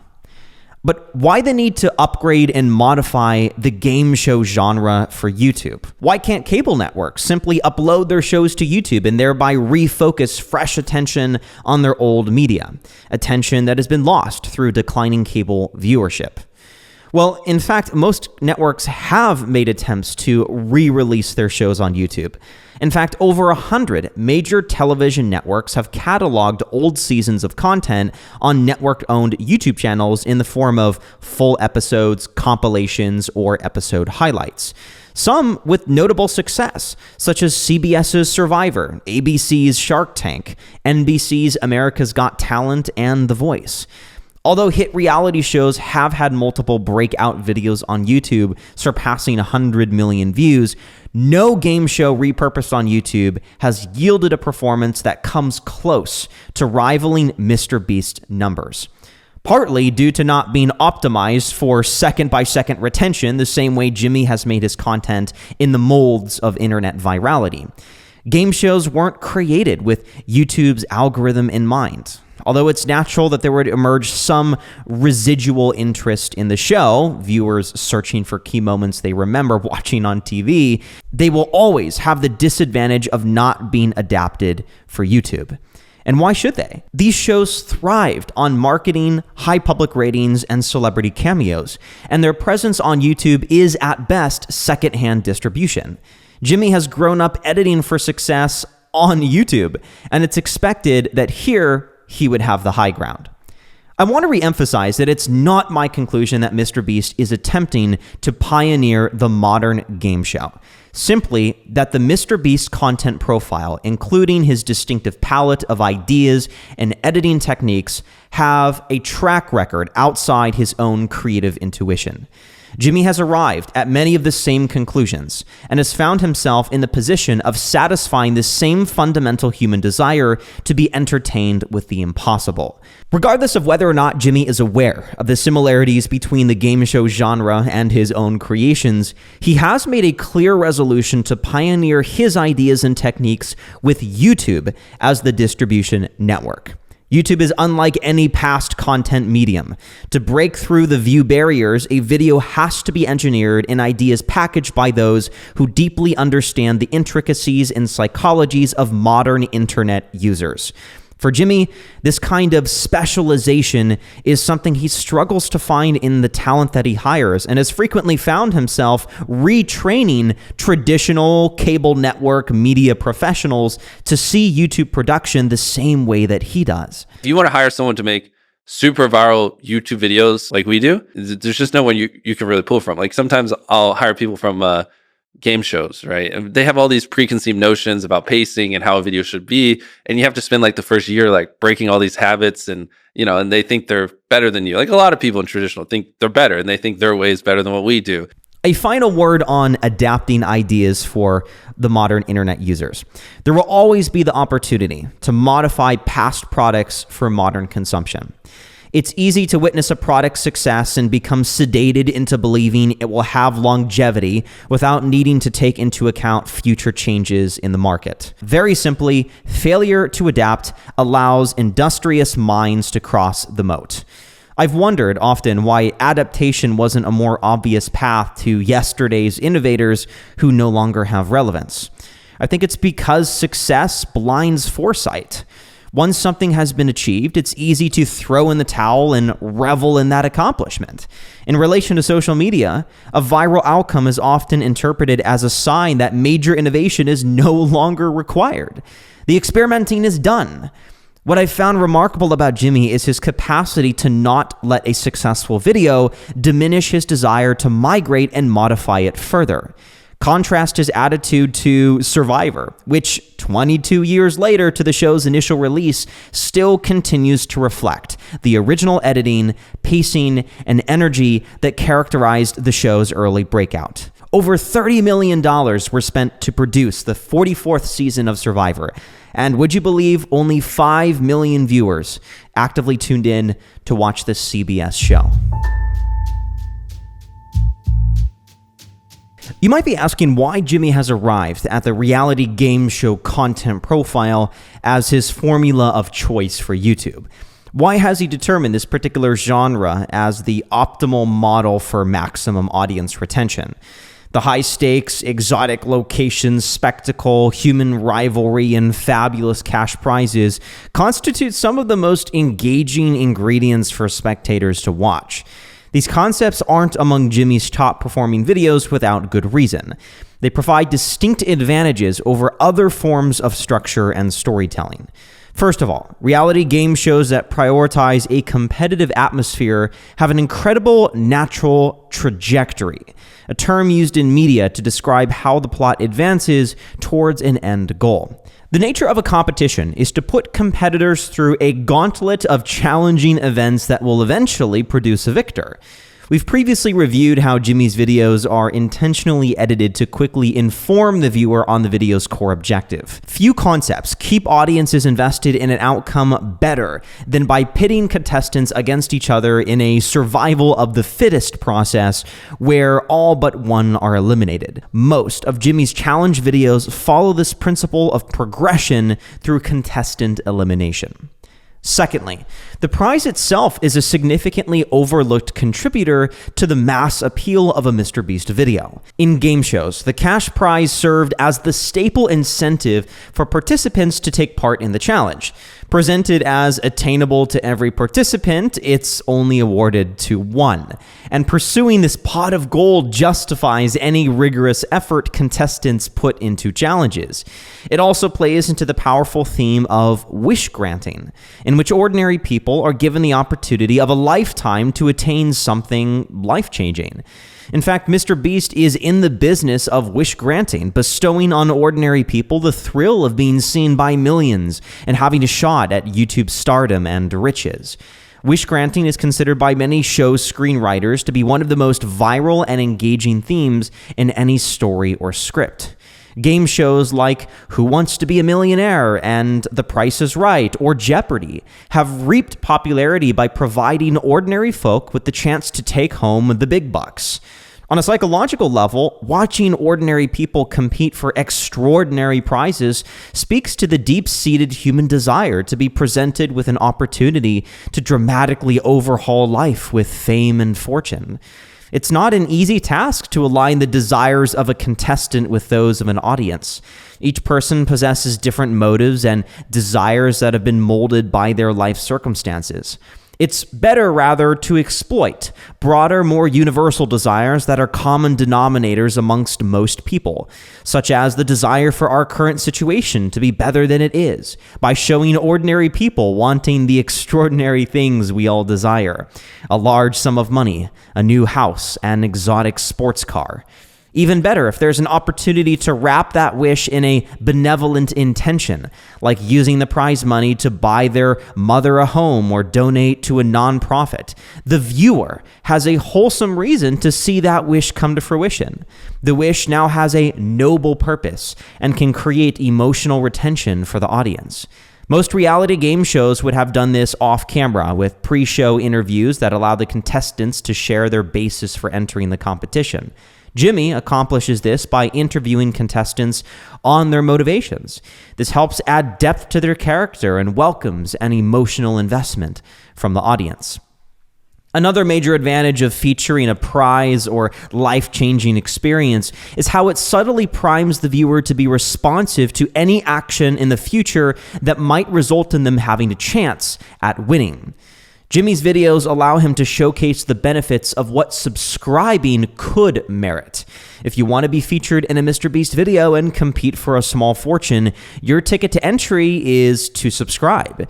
This is not just an arbitrary request to solicit engagement, but a gateway into a world of potential benefits, including the possibility to be a participant in upcoming videos. Jimmy emphasizes this by introducing contestants as his recent subscribers, celebrating channel milestones by surprising his subscribers with lavish gifts, giving money to random strangers based on their subscription status, or by having contestants wear shirts that feature his subscriber count at the time that they subscribed. Jimmy has branded subscribing as a membership with benefits. His fan base is on high alert because not subscribing to MrBeast can have the opportunity cost of a small fortune. I believe this idea of affiliating a simple action like subscribing to a tangible opportunity isn't given enough attention in the YouTube arena. In fact, only a few in the YouTube creative community have attempted to assign the subscription status impact beyond the screen.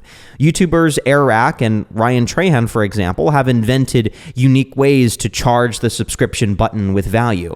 Eric was reserving a slice of the world's largest pizza for each of his subscribers, and Trahan pledged to donate a cent to Feeding America for each subscriber during his 30-day trek across America. For Jimmy, emphasizing big prizes and bigger opportunities has allowed him to associate access to those benefits to the subscription status of his viewers. Of course, the chances of winning the lottery itself are greater than being selected for participation in a MrBeast video, but that certainly hasn't deterred millions who hope to be among the lucky few to have a standing chance at winning big. And what reasonable mind would pass on a free lottery ticket?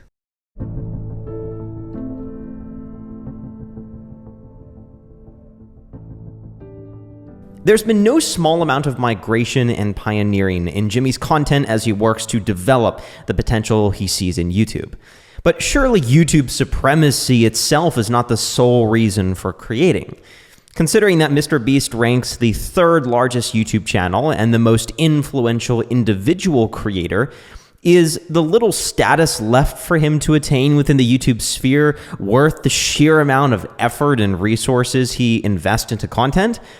How many rungs of the YouTube ladder are left to climb before Jimmy is forced to eventually descend? To begin answering these questions, we have to begin with a broader inquiry, and that is, what makes MrBeast's YouTube channel of any value? Although the YouTube play button accolades and AdSense revenue are benefits that complement operating a YouTube channel, his channel's value is derived from the scale and quality of the attention it commands. Over 1% of the world's population converges to watch anything he uploads, and Jimmy is far from ignorant in realizing what a truly powerful marketing mouthpiece he has created. If you could post something and everyone in the world would watch it, you'd be the most powerful man on earth. Among the most daunting tasks in the creator ecosystem is leveraging attention beyond passive viewership. What do I mean by this? Well, it's common to put attention on a pedestal and treat video views as the ultimate mountain to summit. Views are considered a feasible barrier to surpass because they are the only metric often used to quantify success on YouTube.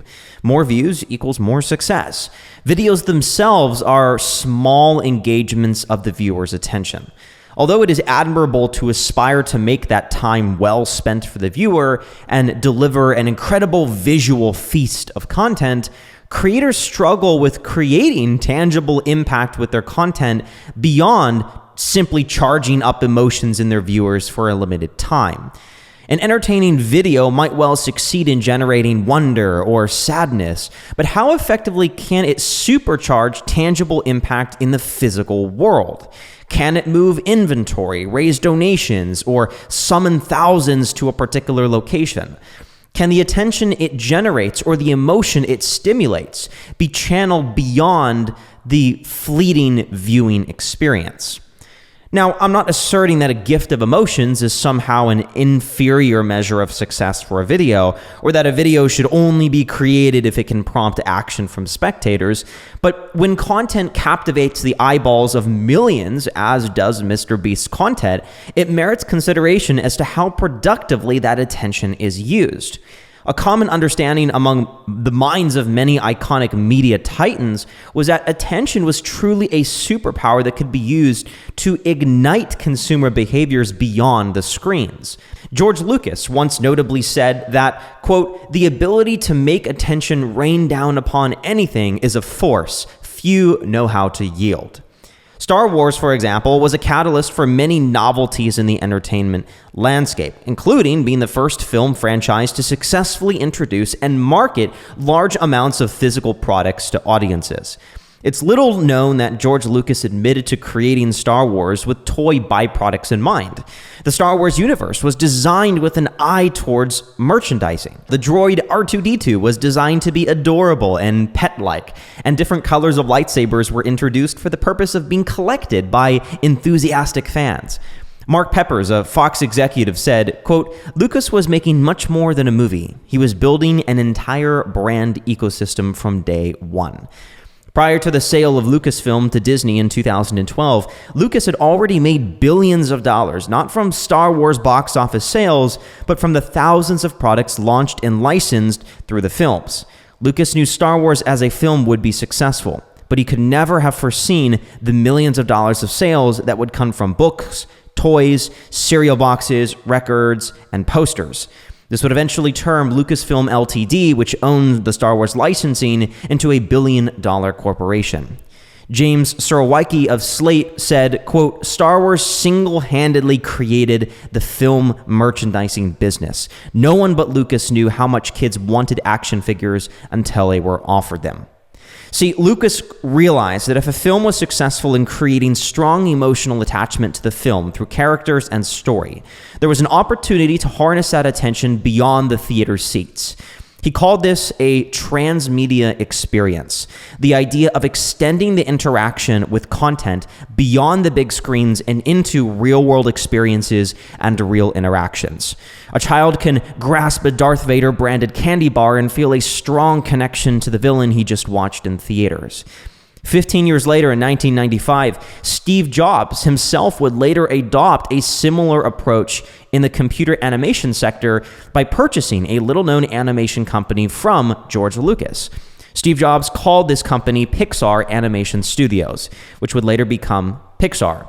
Pixar soon introduced the first 3D animation feature film called Toy Story, which was not only a landmark in 3D technology and storytelling, but an experiment in making profits on the back end by specifically creating characters that could function as also real products.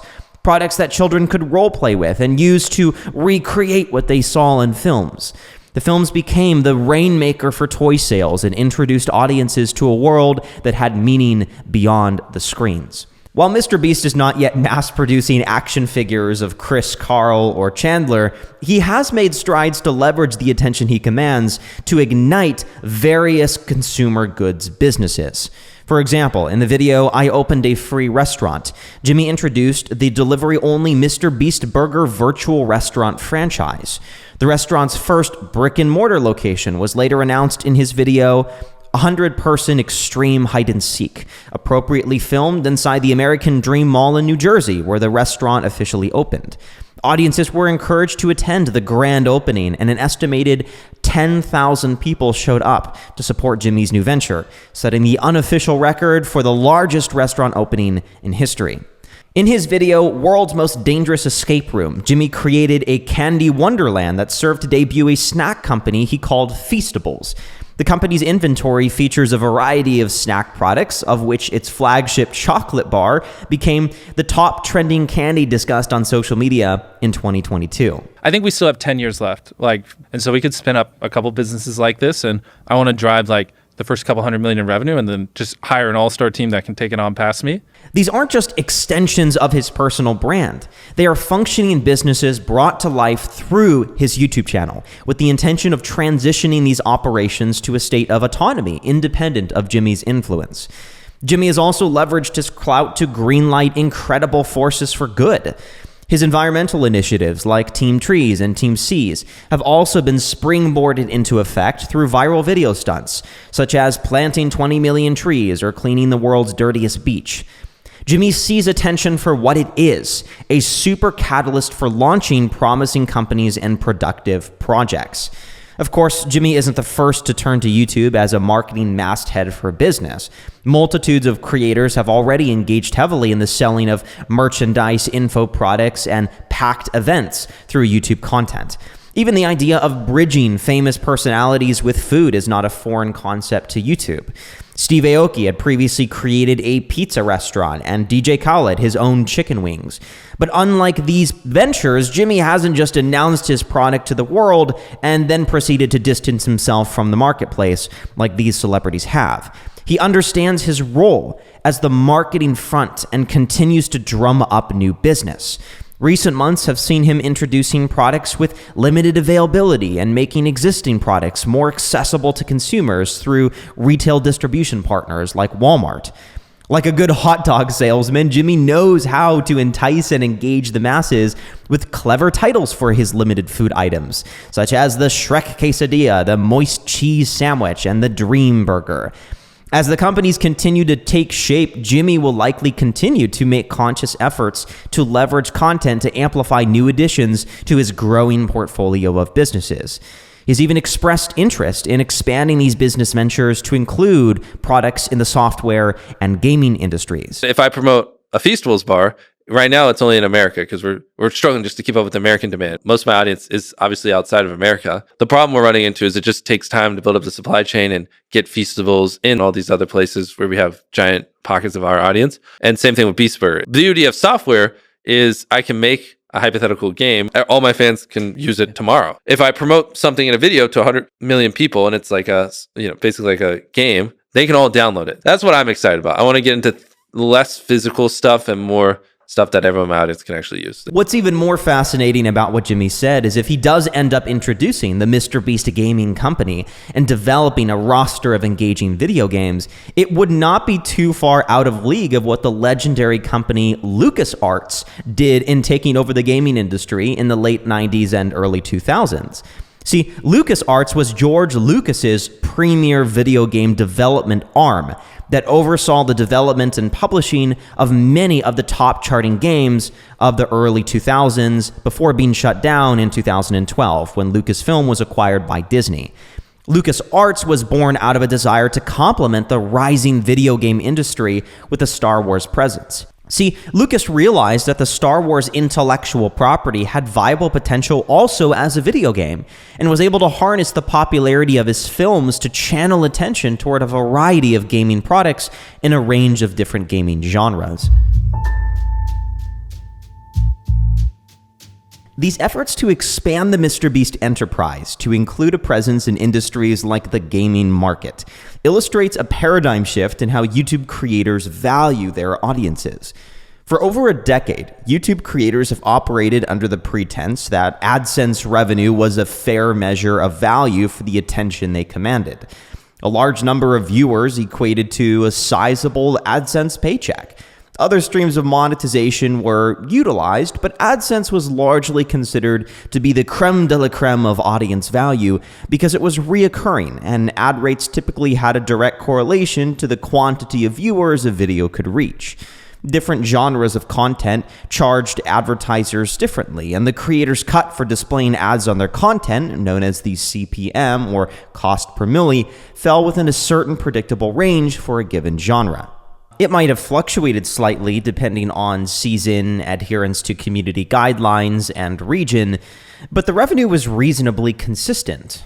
Because of this, as soon as creators achieved breakthrough videos or felt like they had reached the maximum distribution potential of their content, they became profiteers and took to frivolously spending the money and pitching their audience with a wide range of products and promotions. Because AdSense was the primary gauge of an audience's value, and when creators sensed that peak value had been reached, either by their views plateauing or undergoing a downtrend of sorts, they would often turn aggressively to other sources of revenue to offset their apparent value loss. Jimmy has favored a different approach. He realizes that a captive audience was fundamentally undervalued.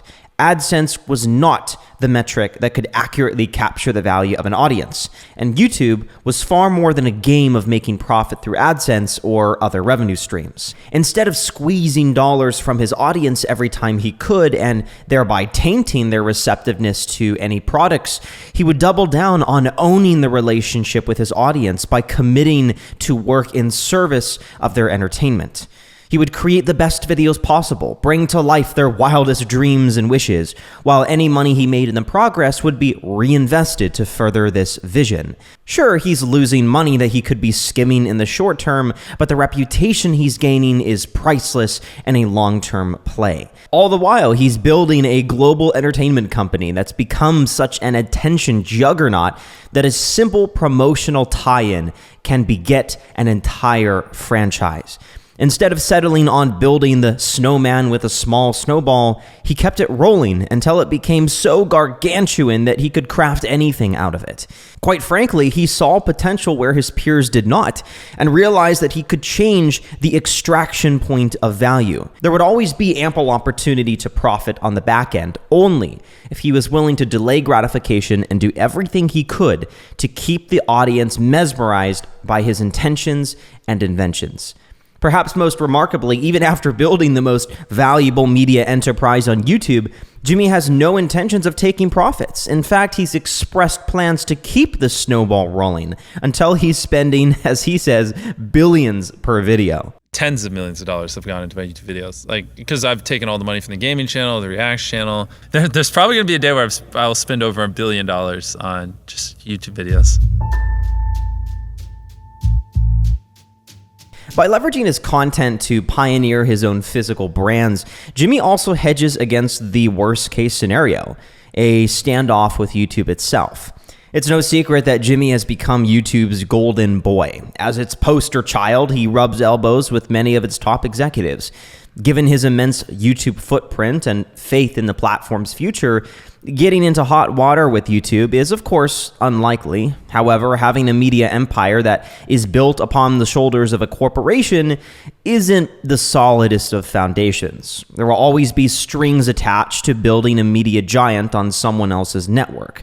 We've recently witnessed many of YouTube's top hardcore creators succumbing to hacks and hassles due to shortcomings within the YouTube review system. Even something like an inevitable shift in YouTube's algorithm could be a major kick in the teeth for Jimmy. Although he maintains that he creates what, quote, people want to watch, he is still fundamentally reliant upon YouTube's independent diagnosis of what content merits distribution.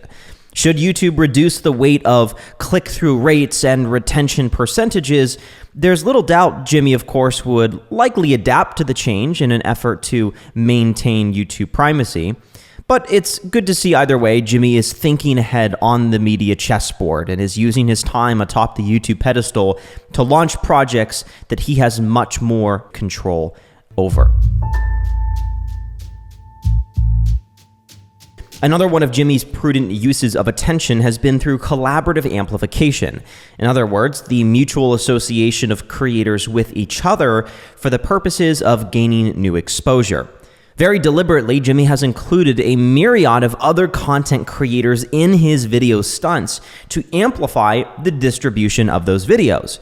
This is accomplished by inviting other creators to compete in his games or contribute to the production of his videos.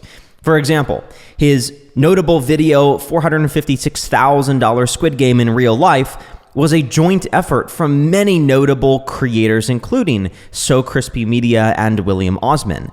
Both channels used their respective talents to contribute to the Squid Game production and were able to make separate viral YouTube videos documenting that experience. Jimmy quite frequently seeds opportunities for creators to create their own videos documenting their involvement in MrBeast projects. Many of the participants in Jimmy's outlandish ideas are established creators themselves.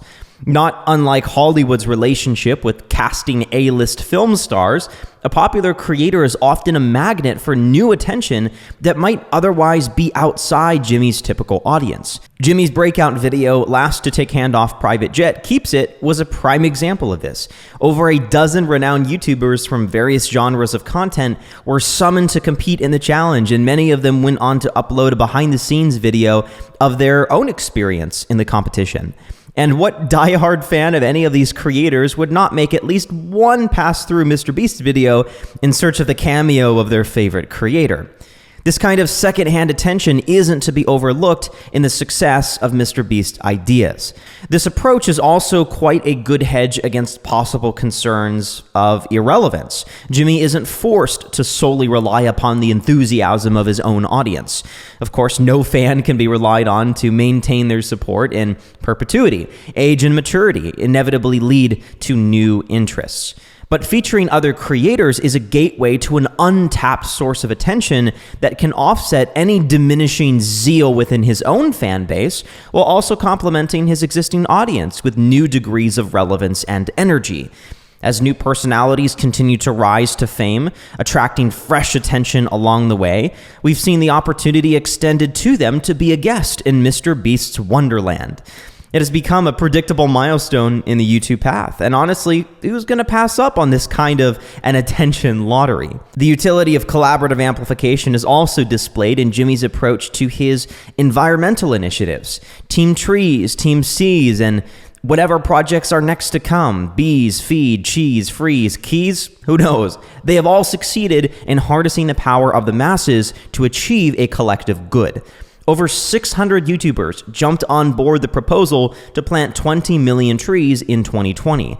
The sheer amount of coordination needed to bring everyone on board is tremendous. It's no wonder that no one before has attempted to spearhead a collective community effort at this scale on YouTube. Jimmy has recognized that there is strength in numbers and that the internet's unfocused desire to create tangible impact in the world, in the real world, can bring about meaningful work when coordinated and channeled through the right objective. In fact, there's a reason the team component has been a large emphasis in MrBeast altruism projects.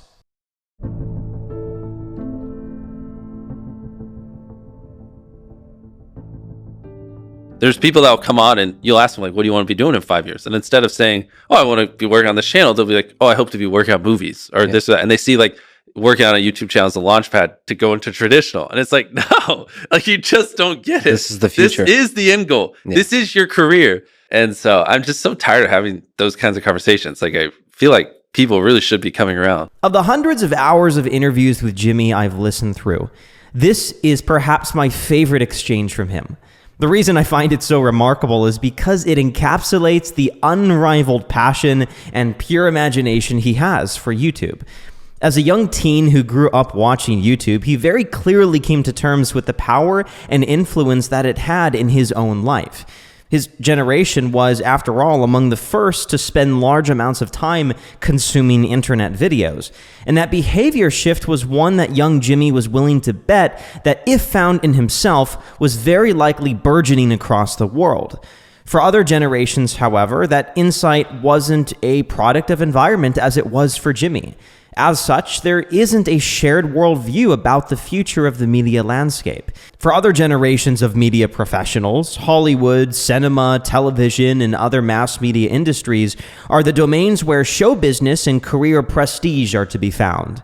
YouTube is a media backwater, at best a marketing tool where trailers, clips, compilations, and press junkets can work to springboard the masses toward the real masterworks of entertainment. YouTube, for them, is a means to an end. For Jimmy, his belief in YouTube as the next iteration of content distribution is so potent that he doesn't feel the need to step outside the YouTube arena and pursue making feature films or producing a Netflix show. He has to find one target and fires at it with every creative arrow in his arsenal. Since YouTube lacks the decades of industry development that traditional media industries have undergone, Jimmy finds himself at a very interesting hiring crossroads. On one hand, he can recruit from a generation of young YouTube connoisseurs who perceive YouTube's future but lack seasoned media skills and education. And on the other hand, there is an ample pool of mature generations who possess the professional resume and media acumen, but lack real immersion in YouTube culture. It's hard for this latter group to know what large-scale YouTube production looks like because Jimmy himself is still figuring it out. But he does know that it's different from traditional media, and he knows he needs open minds that can implement what he's learning. People who can embrace this new environment of unscripted, authentic, thorough production, even if it means overturning established industry practices.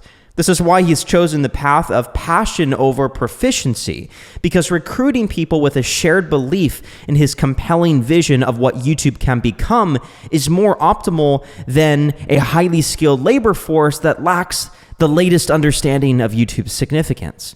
Yet again, it should come as no surprise that this philosophy is derived from the business playbook of Steve Jobs. We wanted people that were insanely great at what they did, but we're not necessarily those seasoned professionals, but who had at the tips of their fingers and in their passion the latest understanding of where technology was and what we could do with that technology. Jimmy's forward thinking and his resolve to show the world something truly groundbreaking is in and of itself a casting call for talent. People are excited to come work for Jimmy because that is where innovation is happening. And who doesn't want to work on a project impacting hundreds of millions? According to Steve Jobs, defining and articulating the vision was less than half the success equation for Apple. Jobs also had another operating principle that he considered his single biggest responsibility. So I consider the most important job of someone like myself is recruiting. See, it takes top talent to turn any vision into reality.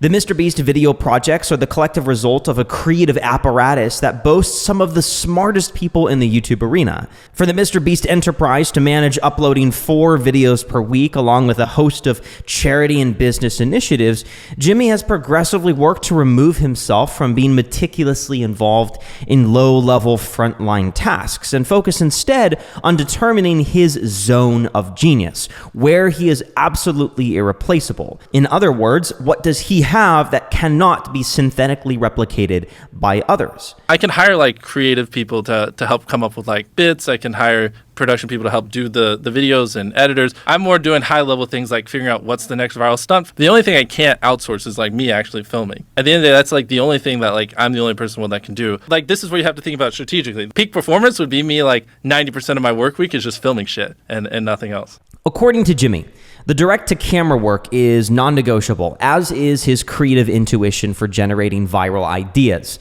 Other tasks like editing, producing, and logistics can be outsourced with proper guidance. Of course, that handoff isn't easy, but it's a pivotal step towards giving Jimmy the ability to concentrate on what he does best, making the best videos. It's my contention that much of his success is linked to this ability to find where the flow of his creative potential is being bottlenecked by redundancy.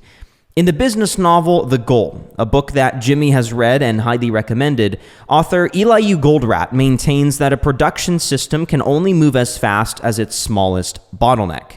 He says, quote, "What part of a production process is stressed the most or has the biggest pile of work in front of it?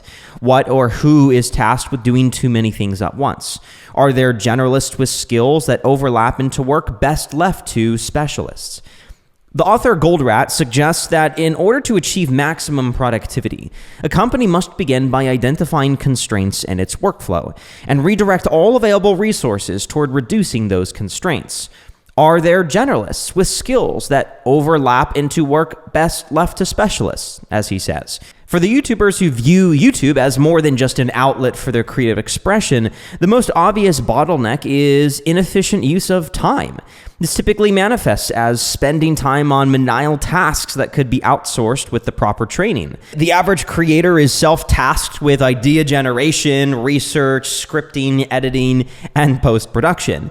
Content is often infused with generous amounts of personal touch that the idea of handing over creative command to someone else feels like a reduction of the authentic flavor that audiences have come to hold in high esteem. Of course, there are ways to mitigate the loss of authenticity in content. For instance, Jimmy has spoken about having the creative visionary and editor work separately through the same material and then compare the two video products and make the appropriate revisions. If there's a large discrepancy between them, the editor is to make the needed adjustments to align the product with the creator's original vision. This approach allows the editor to become fluent in the visionary's language of creation with enough volume of work. Jimmy has a keen understanding on the importance of training these kinds of specialists. Making the best videos possible requires himself and his talent roster to improve and innovate. If he himself were to attempt to preside over each station of video production, the chance of him improving on his efficiency at any one point is unlikely, given the fact that his energy and focus is fractured among each station. The solution, according to Jimmy, is to allow others the opportunity to become masters at the individual tasks his attention would otherwise be divided between. You know, if you're editing a video, you can probably only devote 20% of your time to it, or whatever, 30%, 40%. If someone else is editing it and that's their job, they can dedicate 100% of their work time to it, right? Same with like thinking creatively or like building sets or doing anything. Like someone should be able to do that job better than you because they're giving it 100% of their time. By hiring skilled, coachable people and investing the necessary time into them to execute on his creative vision, Jimmy is able to multiply his production power. Because the solution is never for the visionary to take their hands off the wheel. The creative gap between what the visionary knows to be a good product and what an editor can produce can only be bridged by a large volume of guided work. Assuming the right incentives are in place, the absorption of someone else's creative vision and how high resolution that understanding is of that vision is limited only by the creator's ability to communicate it. That over-the-shoulder direction is, of course, no small investment of time, but it's a crucial process for any visionary wanting to transition to bigger projects and better products. And MrBeast's pursuit of becoming irreplaceable doesn't stop at the cutting room floor.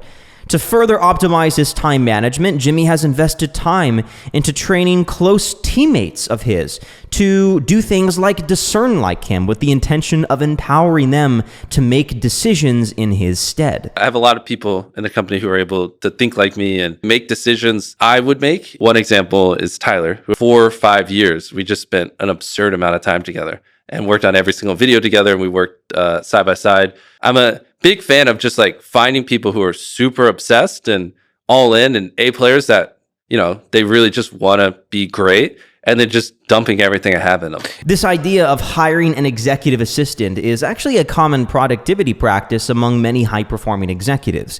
In an effort to extend their bandwidth, they resort to hiring and training what they often call a shadow, a personal assistant who is capable of making decisions in their stead, like replying to emails, attending meetings, or in Jimmy's case, supervising creative input for his projects. If you were asked, hey, in this video, should we climb a mountain or should we dig a hole? They would pick the same answer I'd pick 90+% of the times. Tyler, who I was showing you, when he was pitching some content, and like you could see it, like he was on point.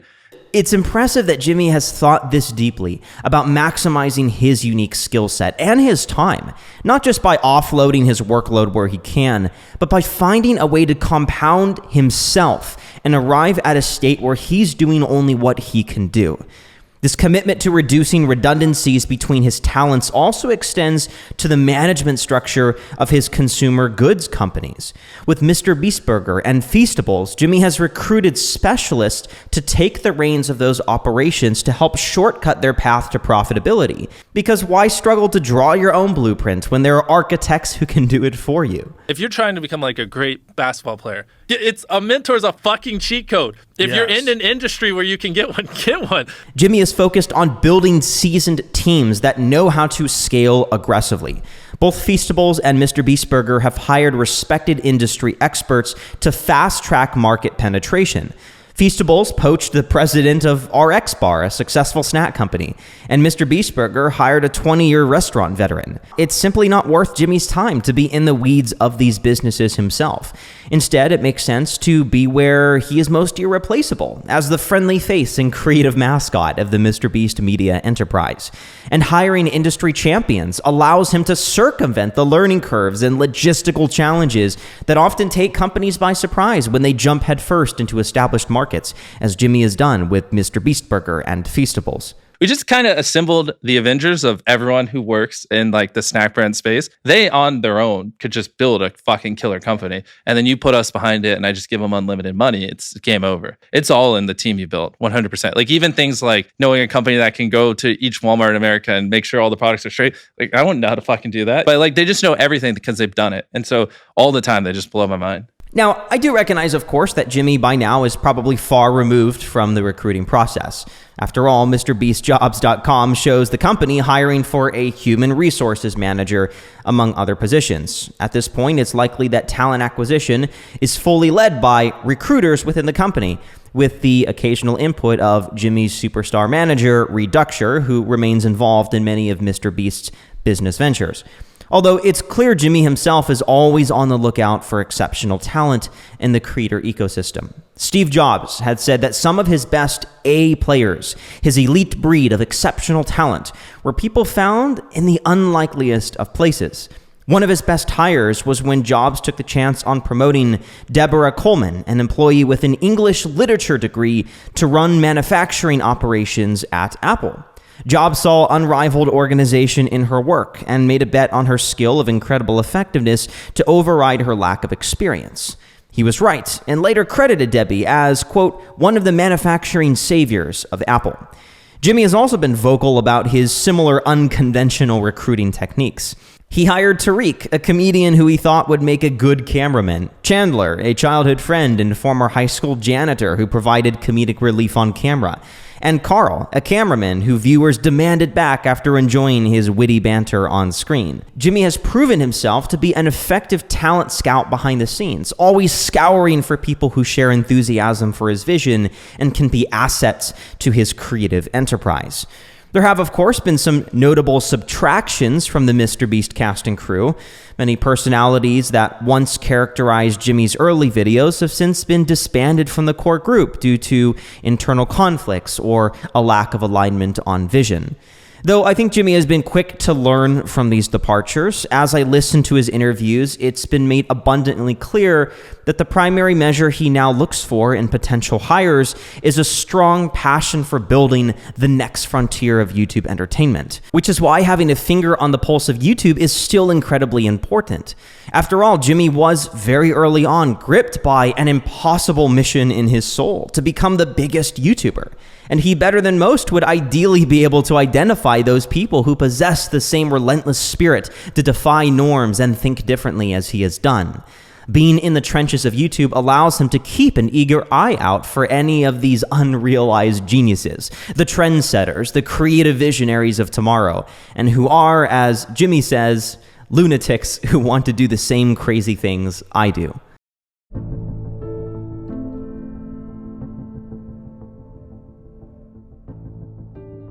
Much of the high praise Jimmy has received is due to the seemingly impossible creative ingenuities within his videos. When he stopped in public, how often do you think he's associated with the stunning videos seen on YouTube? He's that YouTuber. However, the video products themselves, though they are the primary amplifiers of Jimmy's stardom, constitute but a small part of his work. Behind the elaborate stunts and cash prizes as an expanding content infrastructure that makes his productions possible. Being the front runner in spectacular and avant-garde ideas requires support and groundwork to be able to continue sustainably. I think Jimmy's success is equally attributed to his ability to build systems that reinforce his creativity as his ability to generate creative ideas. Because an idea matters very little without implementation, and Jimmy has managed to build an implementation factory that's able to have impact beyond his own projects. See, it's my contention that the system he has built to sustain his creative ventures has, and will continue to have, a major influence in shaping the production standards of videos across the internet. One of the largest studios on the East Coast. We're going to build 20,000 square feet of office. You know, we have multiple warehouses, but the bottleneck space. One video is taking up all of our studio. Well, we have 11 other videos to work on, and they can't happen until that. And so we just need tons of space to be able to work on videos months in advance. Over the last few years, Jimmy has been slowly building a video assembly line that includes departments dedicated to sound, writing, production, editing, set design, financing, and logistics. These are teams put in place that allow him creative control over most aspects of video production. His main facility, a $10 million, 50,000 square foot studio, has allowed him ample room to design custom sets that support his stories, and it gives him a competitive advantage over copycats who simply aren't able to compete on the same scale. Only a handful of other YouTubers operate at a comparable level, although more are beginning to buy into production operations that rival traditional film and TV studios. Linus Tech Tips, Darman, and Zach King are notable channels that employ dozens of people and operate out of large studios. Mythical Entertainment is another production studio that has also developed a full-fledged production line for its shows. Jimmy has always seen potential in YouTube beyond the public zeitgeist. Building an independent production company has shifted the YouTube community's perspectives on what large-scale YouTube productions can look like. In the big picture of the media industry, utilizing a large facility isn't aggressive expansion. Yet when Jimmy acquires a warehouse, dozens of videos spawn across YouTube as creators flock to it like it's the Universal Studios of YouTube. And in a way, it is. It represents a conviction play in the future of YouTube, and that confidence attracts the admiration of others who are excited to see one of their own operate at such a high level. You know, I started with like 2 or 3 people, and then every month I just hire someone else as the videos got bigger. And it's funny because 6 years ago I had to raise my hand to go use the bathroom, and now I'm in charge of hundreds of people. I find it mildly amusing to see others look sideways at Jimmy's tremendous effort in building a center for his mass video productions. A $10 million warehouse purchased by a YouTuber, 100 people employed by a YouTuber, as if YouTube were an industry where video production was expected to be forever confined to a bedroom studio. If MrBeast does indeed have the conviction that YouTube will continue to be at the forefront of video consumption, why wouldn't aggressive expansion be the next obvious step?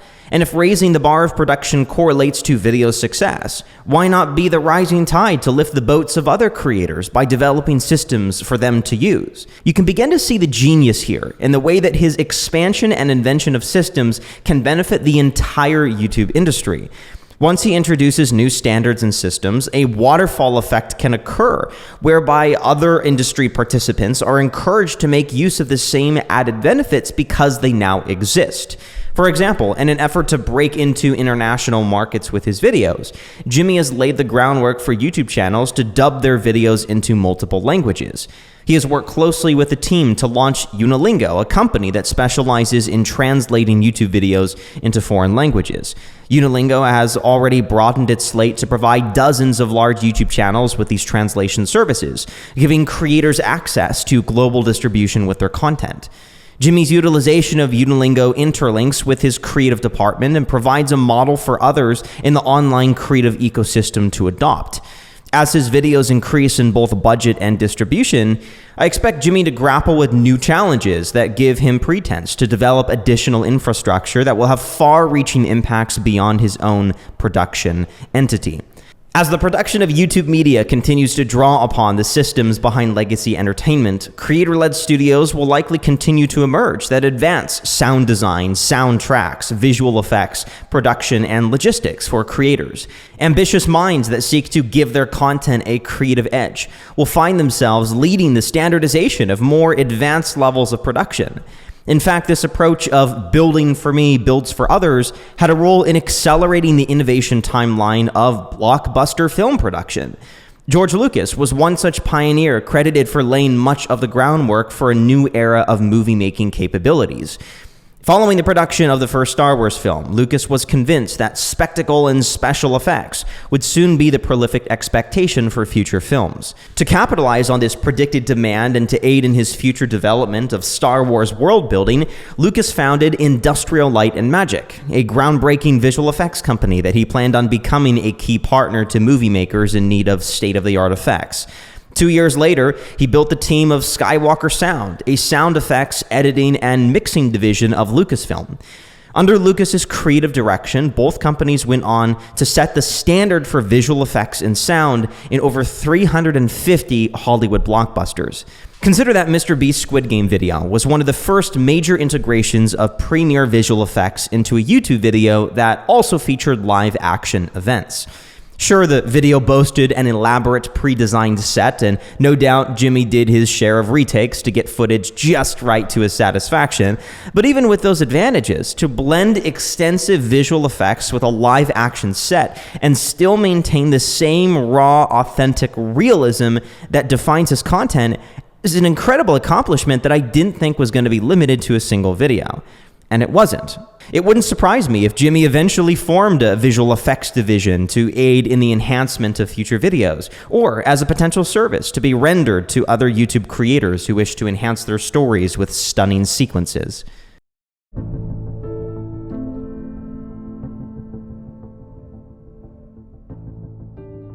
Although many consider Jimmy's identity to be synonymous with MrBeast, there are key distinctions between the two that are worth bringing attention to. They are not the same, though I concede to having used them interchangeably up to this point. Understanding their unique roles, though, has significance in predicting the longevity of Jimmy's undertaking, both as a visionary and trusted public figure. See, when an individual becomes established in the public domain, a persona begins to develop around them that is largely defined by the social crowd. This persona may or may not reflect the individual accurately, but it's how the public has been led to broadly define the individual. This persona is made up of the public's low-resolution understanding of the actions and events that are associated with that person. For Jimmy, this is the approachable, adventurous, animated, altruistic personality that the MrBeast audiences observe on screen. MrBeast is the persona that Jimmy activates when the cameras roll. This is whom the public is largely familiar with. Jimmy is a controlled avatar that has been optimized to appeal to global audiences. His efforts to formulate the best videos ever isn't limited to camera tricks and elaborate ideas. It also includes a modification of himself. His energy is amplified, vocabulary simplified, and his gestures exaggerated. This is a common practice among celebrities, creating a sanitized version of themselves that is engaging, dynamic, and media fodder. Inversely, Jimmy is the creative horsepower and strategist who thinks beyond content and camera, the attention architect who sees YouTube for more than a video distributor. Now, his public persona and his bona fide self aren't mutually exclusive. Neither is their relationship to be likened to some kind of Jekyll and Hyde dynamic whereby Jimmy's alter ego acts with sinister intentions. Jimmy can be both at once or choose to play just into his persona as he does in his own videos. Watching any number of podcasts with Jimmy will reveal a lot about the individual and his activities outside of making videos. Particularly amongst the YouTube community, Jimmy has amassed a following of YouTube creators who have become enamored with his intellect and vision. The size of these various groups that admire the bigger picture of what Jimmy is doing is not insignificant, but it will always be smaller than Jimmy's core thrill-seeking audiences. This is important because it means that the MrBeast persona is what largely drives the public's perception of him. There's a particular understanding that Jimmy's audience has that's predicated on what MrBeast conveys on screen. The concern is that Jimmy will succumb to the pressure of abiding by the way he's been broadly defined through MrBeast. No doubt he faces tremendous pressure to constantly play up this public persona because that is the version of him that has reaped the most high praise. People badger him for money and favor at every turn because, well, that's how he acts toward random people in videos. All of this is heightened by his ever-expanding international YouTube presence that continues to introduce the MrBeast content ecosystem to new viewers and, by effect, re-energize the fandom that reinforces the MrBeast public character. Because when 150 million people are telling him that MrBeast is to be an ever-generous billionaire YouTuber who provides opportunity and financial salvation to those in desperation, who is he to disagree with them? Because of how he's chosen to develop his persona on camera, there's immense category pressure building around him to forever embody that version of MrBeast. If Jimmy becomes entrapped in the public-defined version of MrBeast, this will ultimately result in him losing track of evolving his character as he strives to preserve the most publicly lauded version of himself and only engage in actions aligned with that persona in a desperate attempt to preserve his own longevity. This could cause him to not want to experiment with anything that might produce disagreement or flack from the masses. But as Steve Jobs would say, quote, "The consequence of thinking different and building outside the accepted norms will inevitably result in pushback." Should Jimmy yield to only doing things that maintain the high amounts of praise he has grown accustomed to at every interaction, he would be de-emphasizing the driving force that made him so attractive to begin with: his ability to evolve in his creations and character. This resolve to never accept a final state for his persona and passion is evident in his ever-changing viral formulas and his attempt to expand the MrBeast enterprise to represent establishments in the food, restaurant, software, and gaming industries. Furthermore, should Jimmy buy too heavily into his own hype, he would deprioritize what has contributed much to the professional reputation of MrBeast: the relentless pursuit of his vision. His vision is so indispensable. In fact, the day Jimmy becomes decoupled from his vision will likely signify the peak of his creative reign. Jimmy's time atop the YouTube pedestal is tied to his ability to prioritize the vision he's been adamant on rendering into the world and not play too heavily into his status. It's not him, but the principles and purpose for which he stands that is responsible for the adulations and praise he has acquired. His vision is a vacuum for his focus, and unfocused energy does not often lead to revolutionary acts. So, how does Jimmy keep himself from being locked in the jaws of MrBeast? The saving grace for Jimmy is twofold. First, keeping his actions in alignment with developing his vision will ensure that his sights are focused on a North Star. By serving a purpose higher than himself, Jimmy creates a hedge against the potential stagnation of being lured into accepting the publicly defined state of MrBeast. And there's an unspoken respect that's afforded to those who strive for more than lofty personal achievements. Keeping his vision at the forefront allows Jimmy to embrace a brand image that allows his fan base to express their respect and praise while also bringing attention to the fact that his work is still evolving. For example, as he continues to strive towards creating the best videos ever, Jimmy has already likely been able to create the best video ever for a large number of viewers who are not shy in heaping praise upon their favorite YouTuber. Secondly, having enough self-awareness to not trust himself as the ultimate detector of ego is an absolute must. As is intrinsic with any degree of status, it's easy to become intoxicated by public adulation. High doses of high praise that aren't counterbalanced by some form of criticism can quickly find the unaware individual trapped in a bubble of excessive admiration. This admiration becomes the familiar air and can quickly become the required atmosphere. This kind of out-of-touch narcissist is often a creation that comes out of this kind of hype culture itself. One mistake those of celebrity status are prone to making is that of building their inner circle out of avid fans. To surround yourself with excessive admiration can often lead to blindness of shortcomings, which, left unchecked, can quickly infect a personality with behaviors that are opposite the characteristics that attracted people to them in the first place. Choosing an inner circle of advisors or hiring workers based on the qualification of being a die-hard MrBeast enthusiast is no different from a bodybuilder never wanting to break eye contact with himself in the mirror.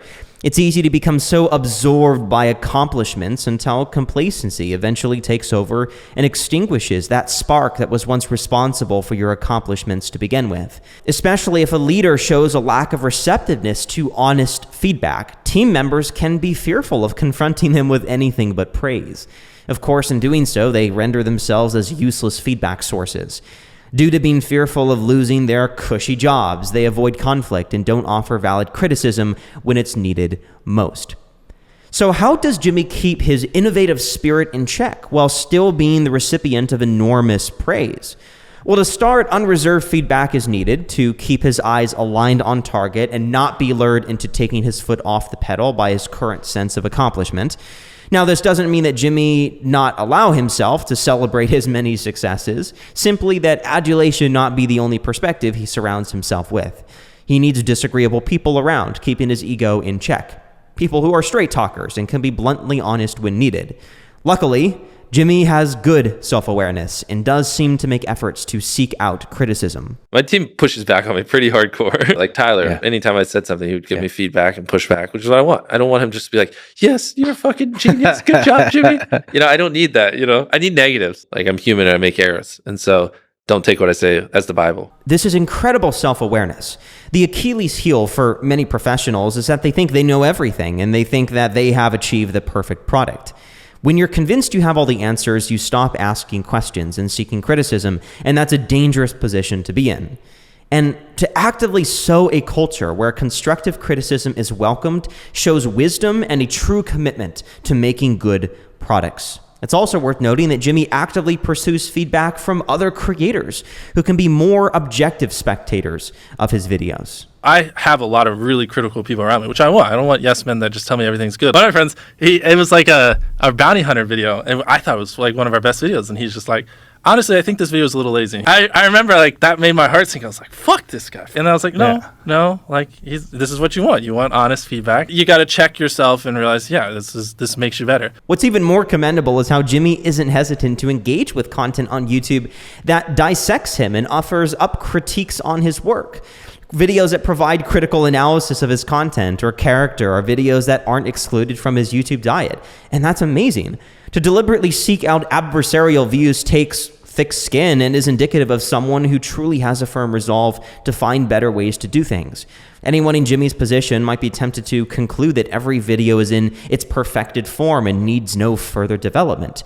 Yet it's clear Jimmy isn't afraid to face his own shortcomings and play with new ideas. Jimmy has fought tooth and nail to uphold his vision, and he recognizes the importance of having feedback sources inside and outside his immediate network to spot discrepancies and offset any internal biases he may have. Before we conclude, I have a few comments on the nature of Jimmy's public reputation. His success in reaping admiration and respect is due in no small part to his approachability and how easygoing he is despite his meteoric success. The social crowd has often characterized Jimmy using descriptions like humble genius, modest millionaire, and grounded.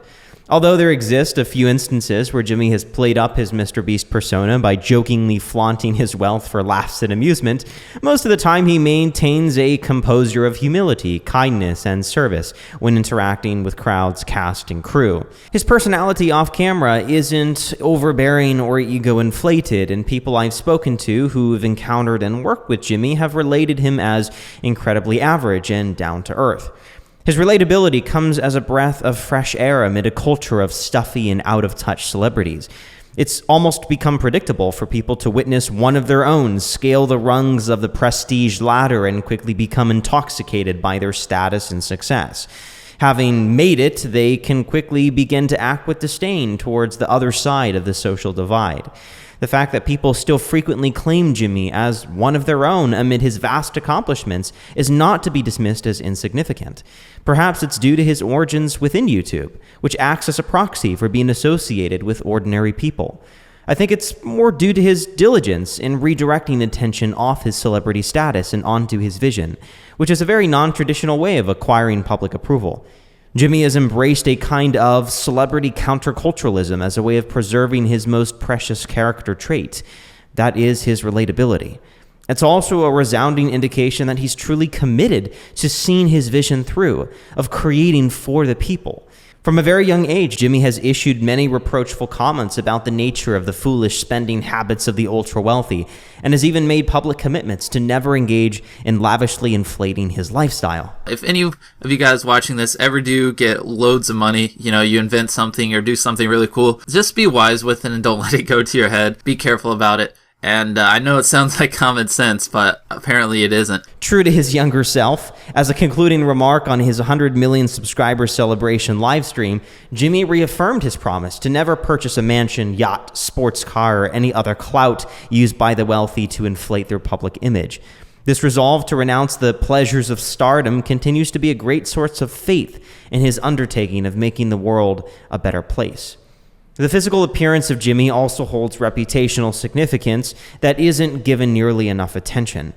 Amid the artificial and thirst-trapping characters that populate the social feeds, Jimmy stands out as notably different with his long sleeves, loosely kempt beard, and odd choice of a thatched straw hat or Nike-branded cap. Once again, these elements could be considered a participation in some form of counterculturalism. Social media and Hollywood influences have long championed the fashionably dressed, muscular physique with stunning hair as the ideal avatar of peak success. Jimmy opposes this precedent with his rather average physique and modest wardrobe. His simplicity and nondescript appearance invites far greater levels of relatability from among his fandom. There are hypotheses that suggest that Jimmy's choice of wearing a long-sleeve shirt is to invite comparisons to Steve Jobs, who famously wore only black long-sleeve turtlenecks, or that Jimmy's straw hat is an attempt to have a broad cross-cultural appeal. I admit that these theories may be grasping at straws, but it's hard to believe that in some parallel universe, a version of MrBeast who has a powerlifter's physique, wears a tight wife beater, and peppers his videos with vulgarity has more mass appeal and relatability than the Jimmy we know. It's only natural that viewers can't help but take inspiration from the fact that the very man who's conquering the world before them resembles someone who could be bagging groceries at the nearest supermarket. To consider Jimmy Donaldson as another talented YouTuber would be a gross understatement to the disruption he has brought to entertainment. His content represents an interesting crossover between traditional entertainment, savvy business principles, and understanding of human desires and the modern YouTube landscape. The MrBeast YouTube formula is but a blend of old and new techniques that have been merged together for a modern application. It remains to be seen whether Jimmy's trajectory will continue to achieve success at a comparable level to the industry titans of recent decades. And I fully acknowledge that inviting comparisons between the business acumen of a 25-year-old YouTuber and those of seasoned industry frontrunners with decades of industry involvement isn't comparing apples to apples. But even with the several years he's had on YouTube's homepage, Jimmy has shown himself to be far from ignorant on the power of attention and has used that time to build a high-growth, global brand that branches into multiple industries. Jimmy brings a revolutionary commitment to his craft, a quality derived from his admiration of Steve Jobs. Although he does draw heavily from Jobs' business playbook, Jimmy is undoubtedly forging his own path in a developing industry that's terribly difficult to have longevity in. He's defined an ambitious vision and been relentless in building infrastructure to support his momentum. Jimmy's similarities to George Lucas in timing, production, and desire to thrill younger audiences is also no small coincidence. There's no ignoring that Jimmy's viral idea process has brought forward a genre of ideas that has been undervalued in entertainment and long overdue to be repackaged for a new generation of audiences, ready to bring similar levels of engagement and hyper-obsession as those of early Star Wars fans. I do think it's easy for creators to go overboard in their enthusiasm for Jimmy and hastily conclude that every action he's taken has been a calculated step in some master plan for YouTube domination. To be clear, although some may think this video to be nothing but a puff piece for Jimmy, there are decisions that Jimmy has made that I think have unforeseen consequences and haven't been given nearly enough attention. These will be explored further in part 2. Ultimately, though, I admit my conclusions are simply drawn from the limited observations I'm able to make as a fellow creator and a YouTube connoisseur. In the meanwhile, here are 5 questions to ask that I believe are crucial in understanding the next stages of development for Jimmy and the YouTube industry. Number 1. Jimmy is committed to making better videos by raising expenses. For someone who can't compete with his high budget, what kind of innovative technology could push YouTube videos to new heights? Number 2, does the public MrBeast persona allow Jimmy the freedom to dabble in other forms of content that aren't high-spectacle, thrill-seeking productions? Number 3, what other kinds of infrastructure might Jimmy be able to provide to the developing YouTube industry? 4, are there other vintage concepts in genres that are in need of updating for modern audiences? 5, how do you fuse emotion and character development with this generation's acquired taste for spectacle and excitement? It's truly an interesting time to be building a media company. Few industry trailblazers have ever been put more under the microscope than Jimmy. Because of his early origins on YouTube, his career is one that can be tracked and analyzed with incredible intimacy. For him to deal with having a new video essay churned out on his every move is no doubt distracting, but as spectators in the YouTube arena with a front row seat to the building of a billion-dollar empire, it's only expected that a blend of cheer or criticism would arise every time the beast launches at a new gladiator. Regardless of my perspective, there's little doubt in my mind that Jimmy is far from peak popularity and will continue to spearhead creative evolution on and beyond YouTube for the next few years. Creative evolution is not like a torch that is either to be lit or extinguished. It's the gradual waning of the light that was once relevant as another flame of equal or brighter luminance explores new directions. And Jimmy couldn't be more clear about carrying the torch forward in a new direction than by planting his headquarters in Greenville, a city that shares nearly the same latitude as Hollywood, just on the opposite side of America. And who knows, perhaps like the entrepreneurs who adopted Steve Jobs' taste in clothing, maybe one day those with bold ideas will signify their ambitions of making the world a better place by donning a thatched straw hat.